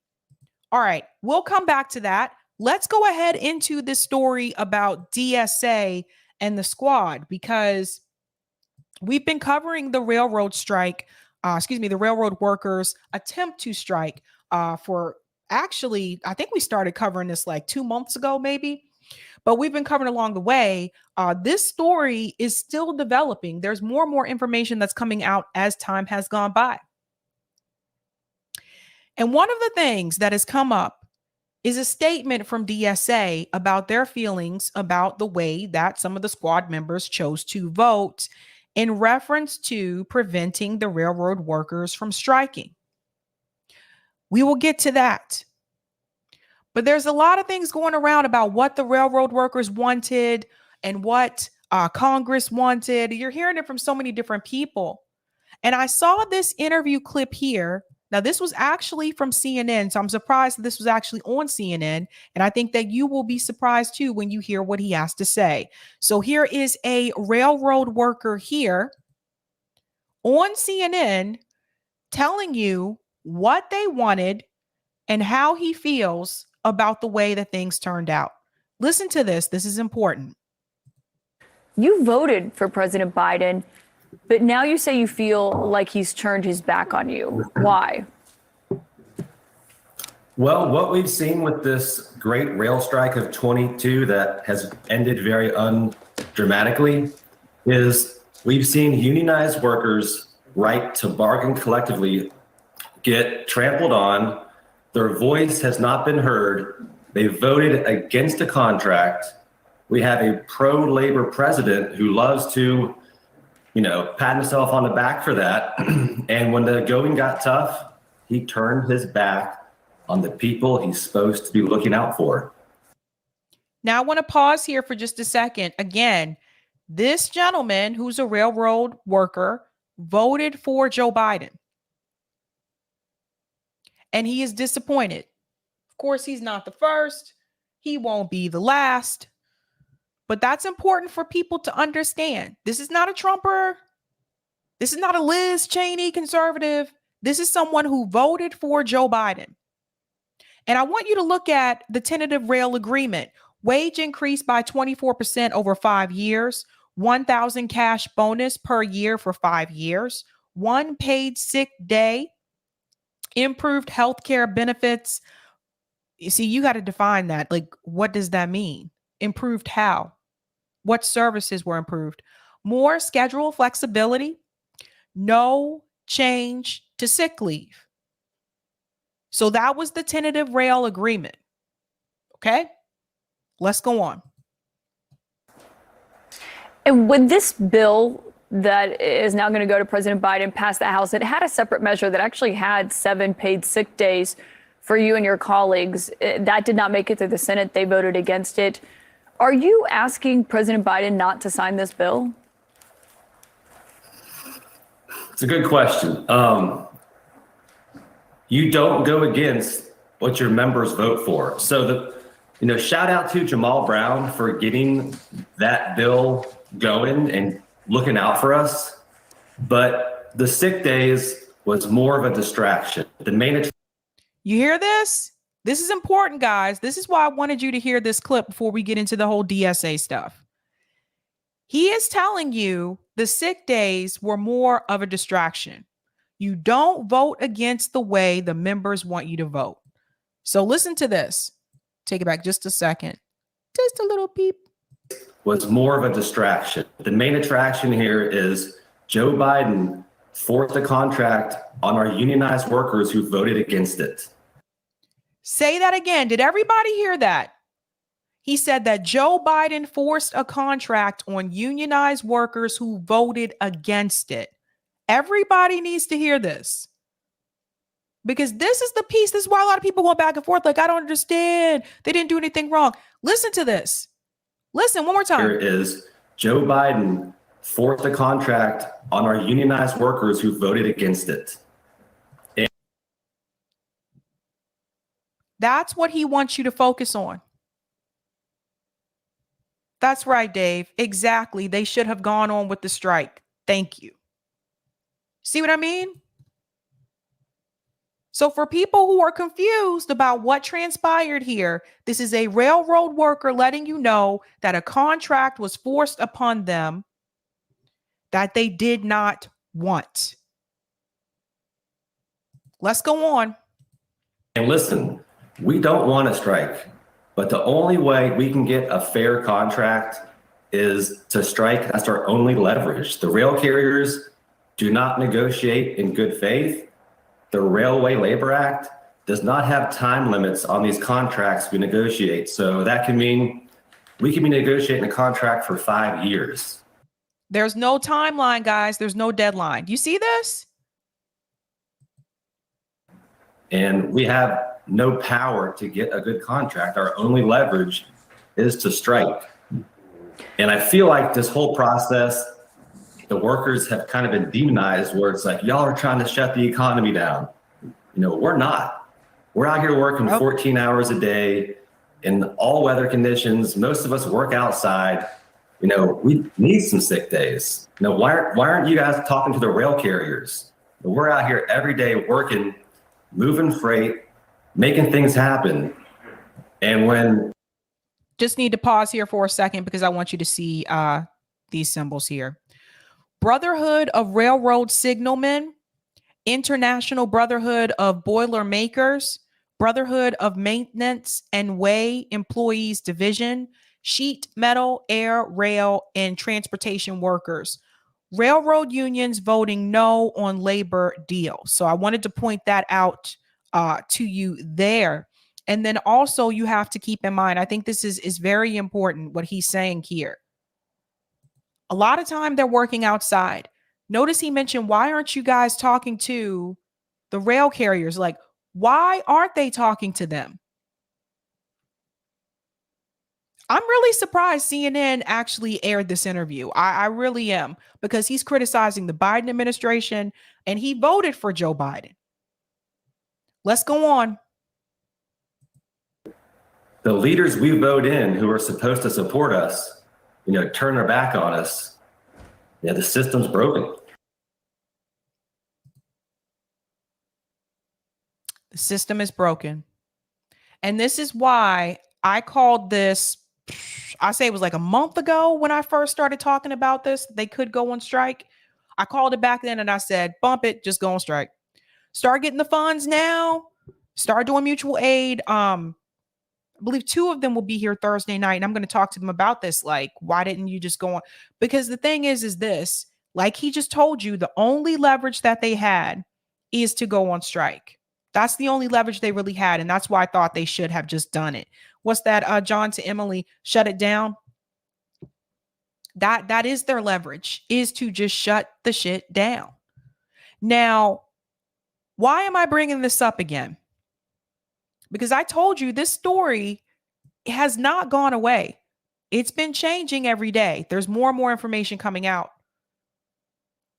Now, because of the way that some of the DSA politicians in Congress voted, DSA also had to issue a statement. Because if you know anything about DSA, you know that they are not strike breakers.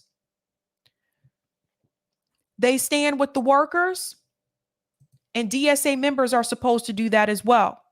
One of the big things, one of the key elements about DSA is that for whatever reason, you are supposed to back the unions, you're supposed to back the workers.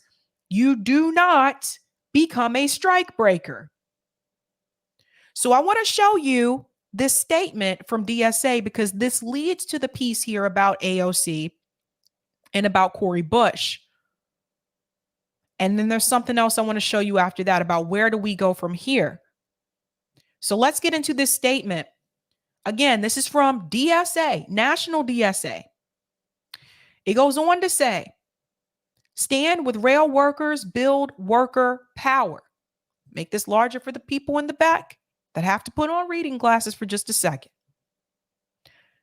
This fall, the majority of railroad workers rejected a tentative agreement brokered by their bosses and union leadership that would not include sick leave. An end to precision scheduled railroading and other fundamental improvements to their working conditions. Railroad work is notoriously brutal. On call nearly around the clock, workers suffer regular, often fatal accidents due to overwork and exhaustion. And yet the TA lacks any paid sick leave, let alone the 15 days demanded by rank and file workers. Unions representing the majority of all rail workers rejected the deal. The 8 other rail unions that did ratify the deal pledged to honor the picket line should other unions strike. Biden and his administration sold out workers when they imposed this terrible contract on railroad workers through the antiquated Railway Labor Act. We condemn the move by President Biden and Congress to force over 100,000 rail workers to accept the TA by denying them the legal right to strike. Again, denying them the legal right to strike. Our ultimate leverage as workers under capitalism. So this goes back to what the railroad worker just said. Their only leverage was to go on strike. Let's go on. When every major power in the country, the center, the right, and our laws aligned against the workers, DSA members in Congress introduced a legislative push for sick days and forced a vote on the measure, which did not succeed. We are proud of DSA member Rashida Tlaib's vote against the TA for sick days.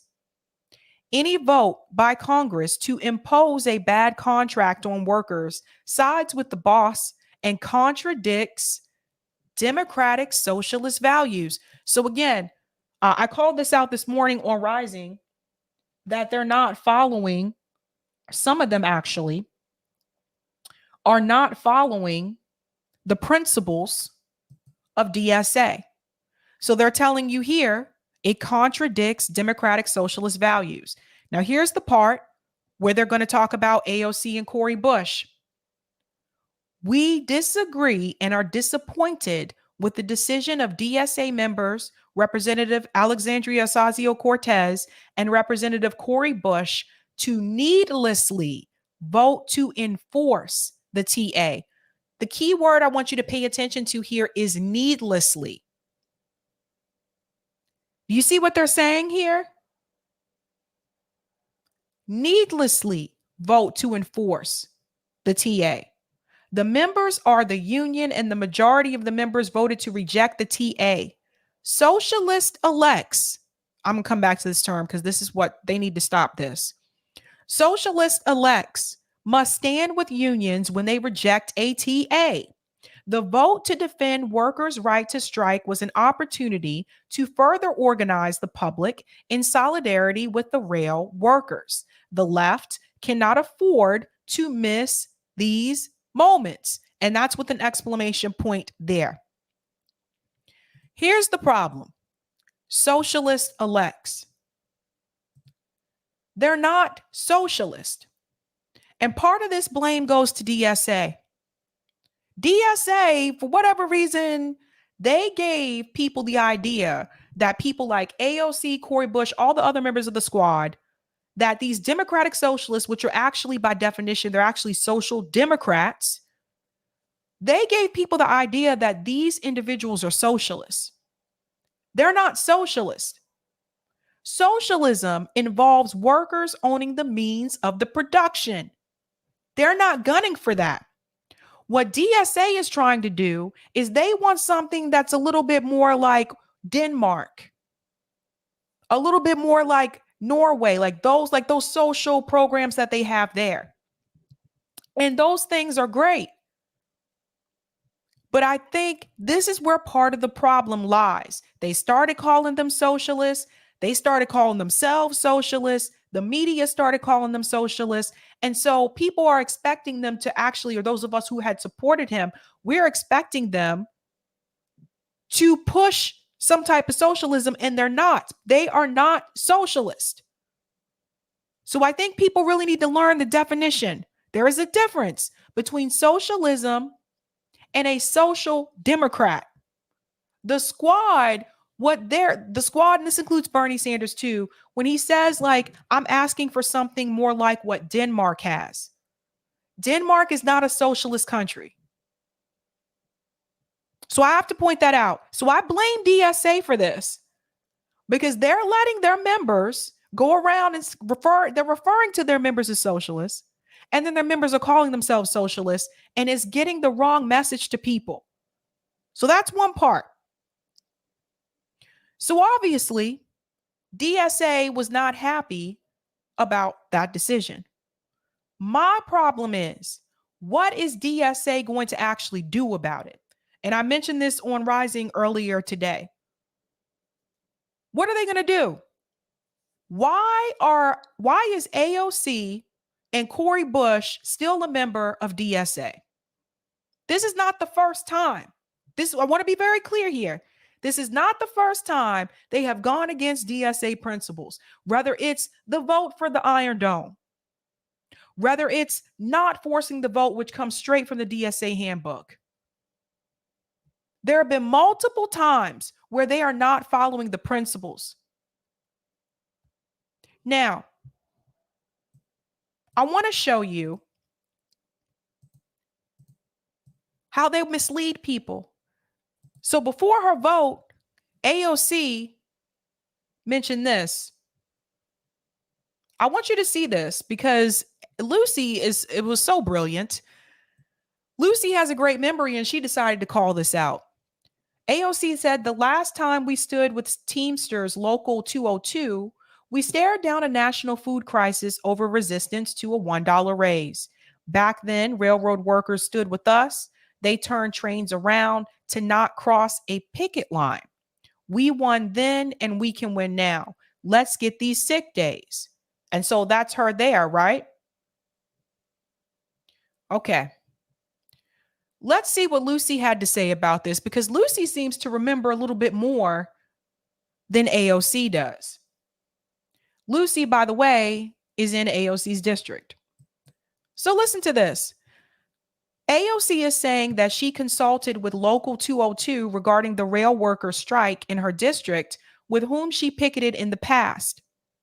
What she is referring to is the Hunts Point strike, the first strike where she was a scab for the Democratic Party. Listen to this. It goes on. And here's the article here. How Jacobin and the Democratic Socialists of America aided the Teamsters. So that was the article from the World Socialist website. You guys should follow them. They cover the things that Jacobin will leave out. I think that's important. Even though the workers did not receive the $1 raise they asked for, and the new contract even reduced their health benefits, Jacobin, AOC, and the DSA were crucial to marketing the strike as a success, and an article called Proof That Strikes Work. Now, Lucy is letting you know that Jacobin, AOC, and DSA considered that strike to be a success. But Lucy is letting you know right here, they did not receive the $1 raise, and the new contract reduced their health benefits. So, why is that important? Because here she is here. We won then and we can win now. Let's get these sick days. You see the problem? Let's go on. Jacobin also never mentioned that the cops showed up in riot gear to arrest workers and that they were under economic pressure to vote and end the strike. There's the article there. So Lucy was smart. She did link the articles for each one of these. And it says cops arrest NYC workers during Hunts Point produce market strike. She goes on. AOC was there to support the strike by promoting the Teamster Union, which did not support the Wildcat strikers with actual strike funds, saying NYC is a Teamsters town. She was also there to market Joe Biden as a significantly pro-labor president on Inauguration Day. You guys see how this works? You see how the people who are playing the inside game, you really can't let them come do the outside game or lead the outside game with you, because they always bring it back to voting for their party. This is where it gets this is exactly why Socialist Alternative they're not an electoral politics organization. Yes, there may be people that come out of the organization that they recommend to run for positions. But unlike DSA, Socialist Alternative does work on the ground. They do work on the ground, and if there's someone they think should run, they nominate that person to run. DSA, however, solely exists to run these candidates. So you had AOC, who was here, again, someone who's on the inside, coming to help out with these strikes, and while she's there, she's pushing Joe Biden. You see how this works? Let's go on. Thankfully for AOC, she did not have to vote any which way to show her ass, which gave her the plausible deniability that she coordinated with Teamster leadership, DSA, and the Democratic Party to help quickly end the strike and falsely market it as a win. This is another example of AOC being a fraud. This is another example of AOC being an actress. Now, some people may see this and say, why are you picking on AOC? You guys need to see this. People should not be out there claiming that they won strikes that did not win. People should not be out there saying that, yes, these workers received something that they did not receive. Let's go on. Her vote to end the railroad strike removes that plausible deniability. You guys see the difference? And here's a vote here. It says, why did you crush Why did you vote to crush the ability to strike? Weird. Seems like you're a union buster when it serves your career. So you guys see the problem?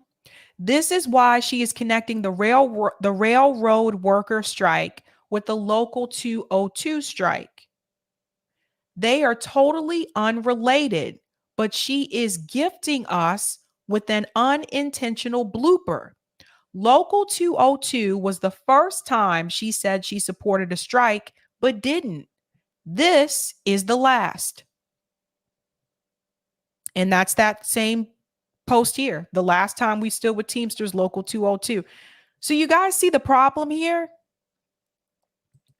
Here is a speech that she delivered at Hunts Point Market. Please rewatch it with the new knowledge of how she helped break up 2 strikes.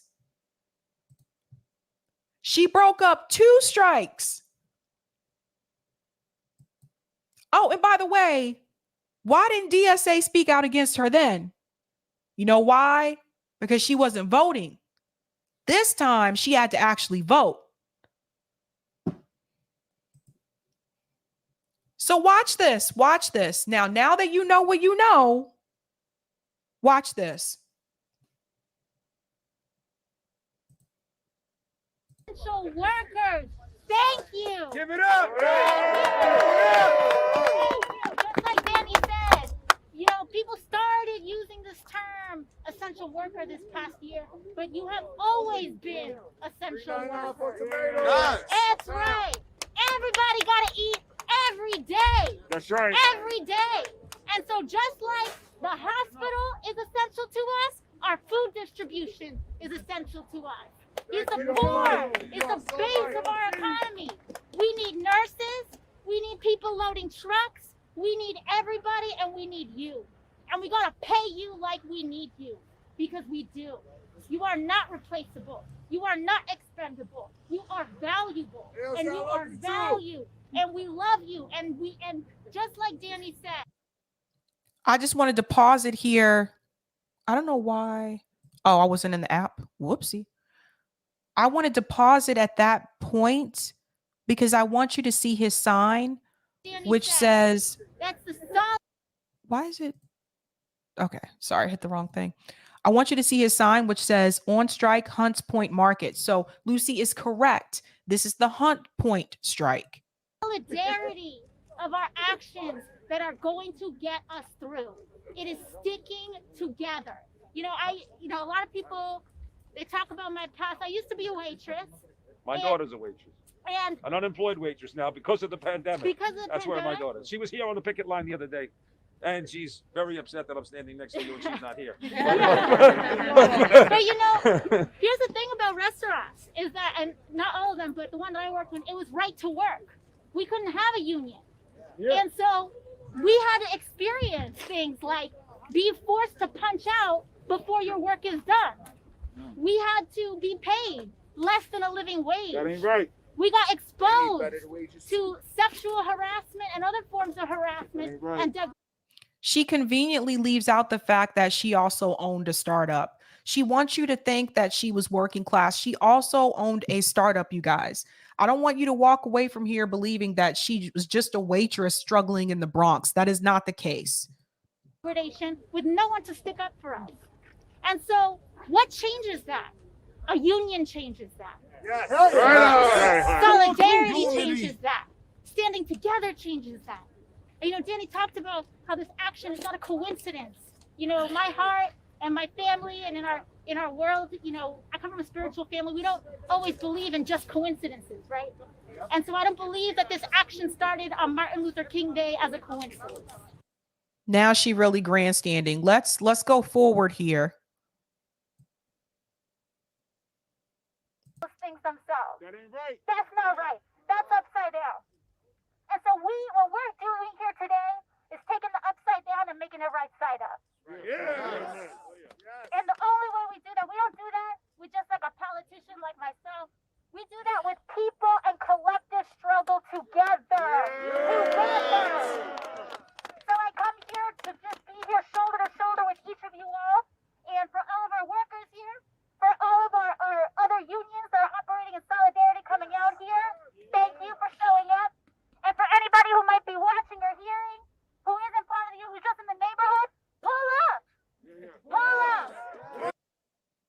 Interesting, isn't it?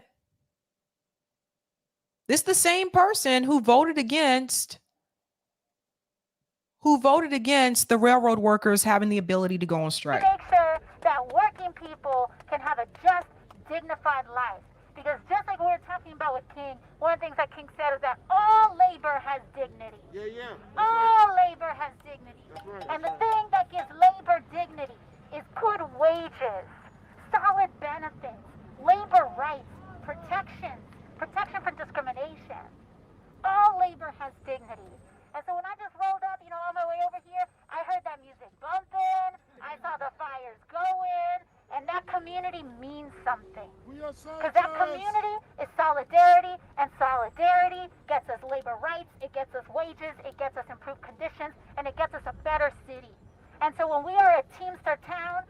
So she's talking about solidarity, she's talking about being a Teamster town, but where was the same solidarity for the railroad workers? Do you guys see that? You see the grandstanding, you see the gesture? When we are a union exactly town, we are right. A dignified town. We're a town that feeds its families, every family, that labor, that honors all labor. Thank you. Woo! And those homes, they make us feel good because it's that, those homes feel good because it's solidarity too. This whole city is behind you. There's no working person in New York City that I can hear of or even think of that would think that what you're doing is wrong. Everybody's behind you. Everybody's behind you. And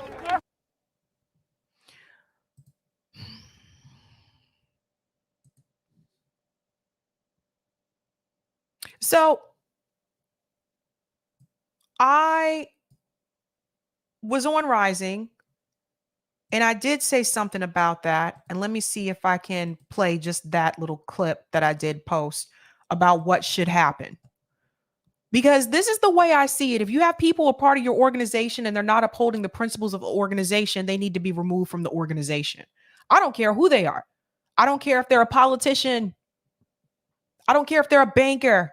I don't care if they're a lawyer. I don't care who they are. If they're not upholding those principles of that organization, they need to be removed. Now, what is that going to take? So let me show you.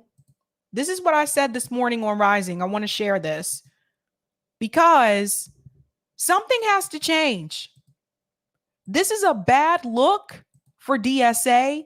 This is a bad look for DSA members, for the organization. Listen to what I said here. I want to just get to past the Warnock part. Okay, listen to this. Problem. And I think that this brings to a larger question here about whether or not the squad is actually doing what they're supposed to do in reference to that Justice Democrat strategy. And they're not. And so for me, like I talk about this often about how they're not doing a hostile takeover of the Democratic Party, how they basically just align themselves with corporate Democrats like Hakeem Jeffries. And so I think, I'm someone that's on the bottom of the totem pole. I think they're going to need to hear this message from some of the organizations that they're a part of. Where is DSA when it comes to the squad? Because recently they issued a statement saying that they are not happy with the decisions that AOC and Cori Bush has made in reference to the railroad workers and preventing them to go on strike. So what it's going to take in order to hold them accountable, you're going to need organizations like DSA to push back on them. And if the squad members are not following the principles of DSA, then I call on DSA leadership to remove them from that organization. But I don't think that's likely to happen. It's time for them to go. It's time for them to go. It's been too many missteps. It is a bad look for them, but it's also a bad look for the organization because it makes DSA appear to be not credible. Now, here's the problem. If DSA were to remove an AOC from their organization, would that affect their brand? Because it's got to the point now, like, what is DSA without the squad? Is that why DSA doesn't want to vote them out? They need to go. They are now strike breakers. They're not standing with the workers. They're not standing with the union. They are not upholding any of those principles of DSA. They couldn't force the damn vote, supporting the Iron Dome, and now they're strike breakers. They need to go. If any of you are watching and you are a DSA member, I recommend that you encourage DSA to do the same thing. Contact National DSA. Let's see if they respond, because their leadership seems to be very weak. Very weak. Contact them. Those of you in the local chapters, next time you have a meeting, bring this shit up. They need to go. It's embarrassing. It really is embarrassing.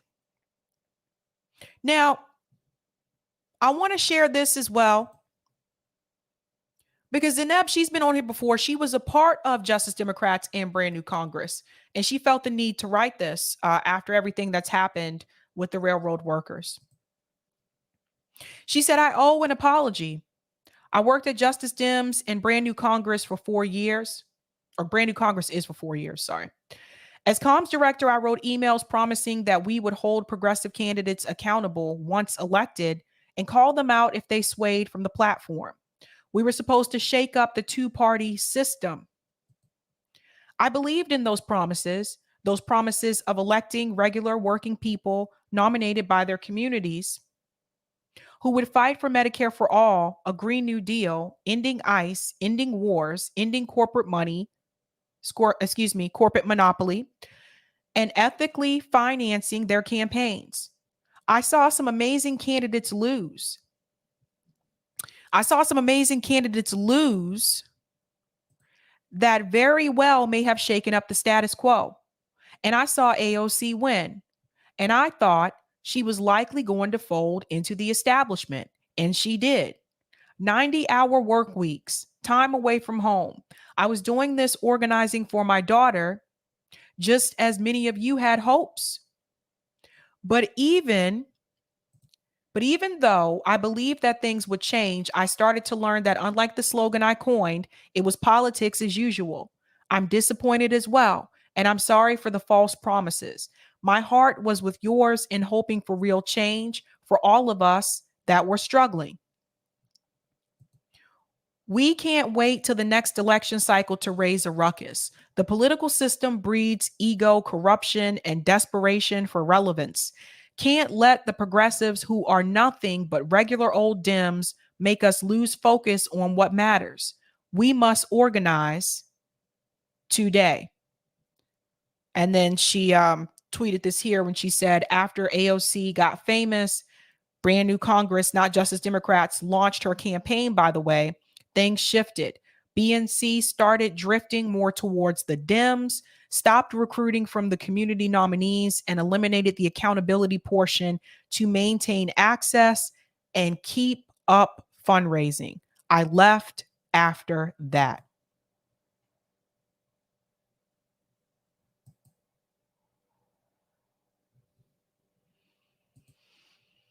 So for those of you wanting to hear from someone who was a part of that, because she remembers she knows what was supposed to happen, and she saw what ended up happening instead. So let's take a look at that poll, because I did ask you guys, should DSA remove the squad from DSA membership? 499 votes. 86% of you said yes, 4% said no, and 10% said you are not sure. Very interesting. Very interesting. All right. I do not want to forget, we need to check these results one more time. I did say I would do that. So let's check the results on this runoff race here. Let's make sure we're live.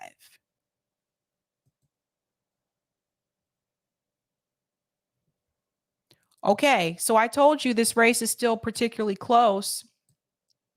Georgia statewide still says it's too close to call. 76% is in. Herschel Walker is at 50.1%, And Raphael Warnock is at 49.9%. So now Herschel Walker has pulled into the lead. I will not be staying up to cover this all night, but I will be on call-in right after this show. And we're going to talk about this situation with the Democratic Socialists, with DSA. If any of you have been a part of DSA, definitely feel free to call in as well. I want to hear what you have to say. And feel free to talk about your thoughts about this race as well. But this is where we're at right now. Herschel Walker has pulled into the lead. It is still a very, very tight race. Okay, Eric, I think I'm ready to take a little break here before the call-in show. There we go. All right, it's Sabby break time before the call-in. That's where we give Sabby a little break, and then when she comes back, you can jump into the call-in. You can either hit the link. Oh, let me put the call-in link in the chat. I think she'll probably get it. What do you call it? Pinned later. But let's get that in there. There we go. All right. So you got a link in the chat that can show you that can get you calling on your browser, or you can install the Call-In social podcasting app for that and do it on your smartphone. From Mastermind Hour, busy day for Eric. Yes, I'll talk about that in a minute, a little bit maybe. But let's do some chats. Let's see. I did see this one come through from Delthea Simmons, who's been a member for 16 months, and YouTube gave her this special chat, which we like to try to highlight. If you don't get a raise and you lose benefits, you have not won a strike. Well put from Ms. Delthea. And we got a few other chats come through here. Let's see what was going on. Yeah, I saw this from JB, who was in the chat earlier. Chris Hayes is the love child of Sam Cedar and Rachel Maddow. A good one there from Mr. JB. Thanks for this super chat of the Traveler. At the end of the day, Warnock and Walker just showed each other as some pretty terrible people. One evicting folks over $30 late fees, and the other advocating for the two-family household while absent. Thanks for that chat, the Traveler. And from Mr. Roger Meadows here on the YouTubes tonight. As an 80s teen, I remember seeing commercials of famine in Ethiopia and to donate. It seemed to never end what was going on where the famine continued. Thanks for that paid chat, Mr. Roger Meadows. And I think Sabby highlighted this one. Did Sabby speak on the Trump Organization conviction of tax fraud? I'm not sure about that one. We'll see if she speaks to that later. And thanks for the super chat, DM. I'm a President Trump supporter and I get insulted. All right. And from Astro, put if you don't have the right to strike, you are a slave. Well put, Astro. And thank you for this super sticker, Alan Harkin. Thanks for that. We appreciate it. Yeah, so Cori and I were on the JB Font show earlier. In fact, let me throw that link into the chat just so that in case anyone's interested in what transpired earlier today, where my man Cori and I were on JB's show, and we were talking about 11 demands and talking about strategies. And so if you're interested, I encourage folks to check that out. And I think we had Angela Sangster put in a late comment on there I saw where she said, Eric, I share the demand site every chance I get. Anything I can do to get the word out. I have like 3 followers that even pay attention to me, but I'm hoping they tell their friends too. So that's really appreciated from Angela Sangster. Let's see. And bad cookies. JB and Eric got into a knife fight. I don't quite remember that, Cookies. I think you'd better call into the call-in with the receipts on that one. But let's see. Oh, so then Cori let me see if I can bring it up here. Cori sent me a good meme a little earlier. Just give me a second to kick a couple things around here. And this was a cool AOC meme. Do about the current situation here. That ain't it. I know more tech issues. No, it's not really a tech issue. Here we go.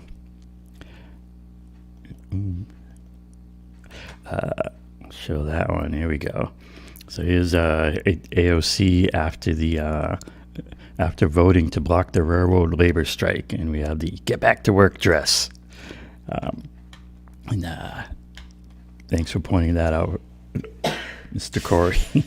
but yeah, he sent that down. He sent that to me, and here he is in the chat as he's highlighting call in tonight. And there's your link in the chat. Now I can also, let's see. Yeah, so it was a really good discussion today with JB, and we talked about demands. We talked about strategy. We talked about trying to have more of a positive message, and trying the idea of having a movement around a set of demands. If you're interested in the demands, that you can if you go to like 11demands.org, it brings that up, and I'm hoping to have some more of these conversations on that. Now, as for this one, tonight's topic in the call-in is the DSA and the squad workers, and the squad not backing the workers and the strikers. And obviously, I think we obviously believe that the DSA should be backing the strikers, and it's kind of a joke that they can't even do that much. But we've seen a lot of things from DSA and from what they're really about, and they're really just not about being real socialists or backing the workers. And as far as what we do about it, one of the things I've been seeing is we really need to figure out how to have a movement that really gathers people together, and really can get people excited into a mass movement, because we're going to need numbers. They have all the money and the power, and we have the numbers. From Cryosynth, I said I thought it was 10 demands. So there's also the 10 demands for justice that RBN Nick and several others came up with. That was actually somewhat of an inspiration for what we ended up with 11 demands, and I even reference the 10 demands for justice in there. And so 11 demands, it's a little different. It's a little more kind of unique. So if you search around for 11 demands, you can find it, and we'll see where it goes. Yeah, Cori even highlighting there's 10 for justice. It's the 10 demands that are about criminal justice. And that's good stuff as well. Cool. All right, I think we're about ready for call-in. I think so, guys. So call All right, in see tonight. you there. I don't know what happened to the. Oh, it was on the Type VNC. I'll just put it over here.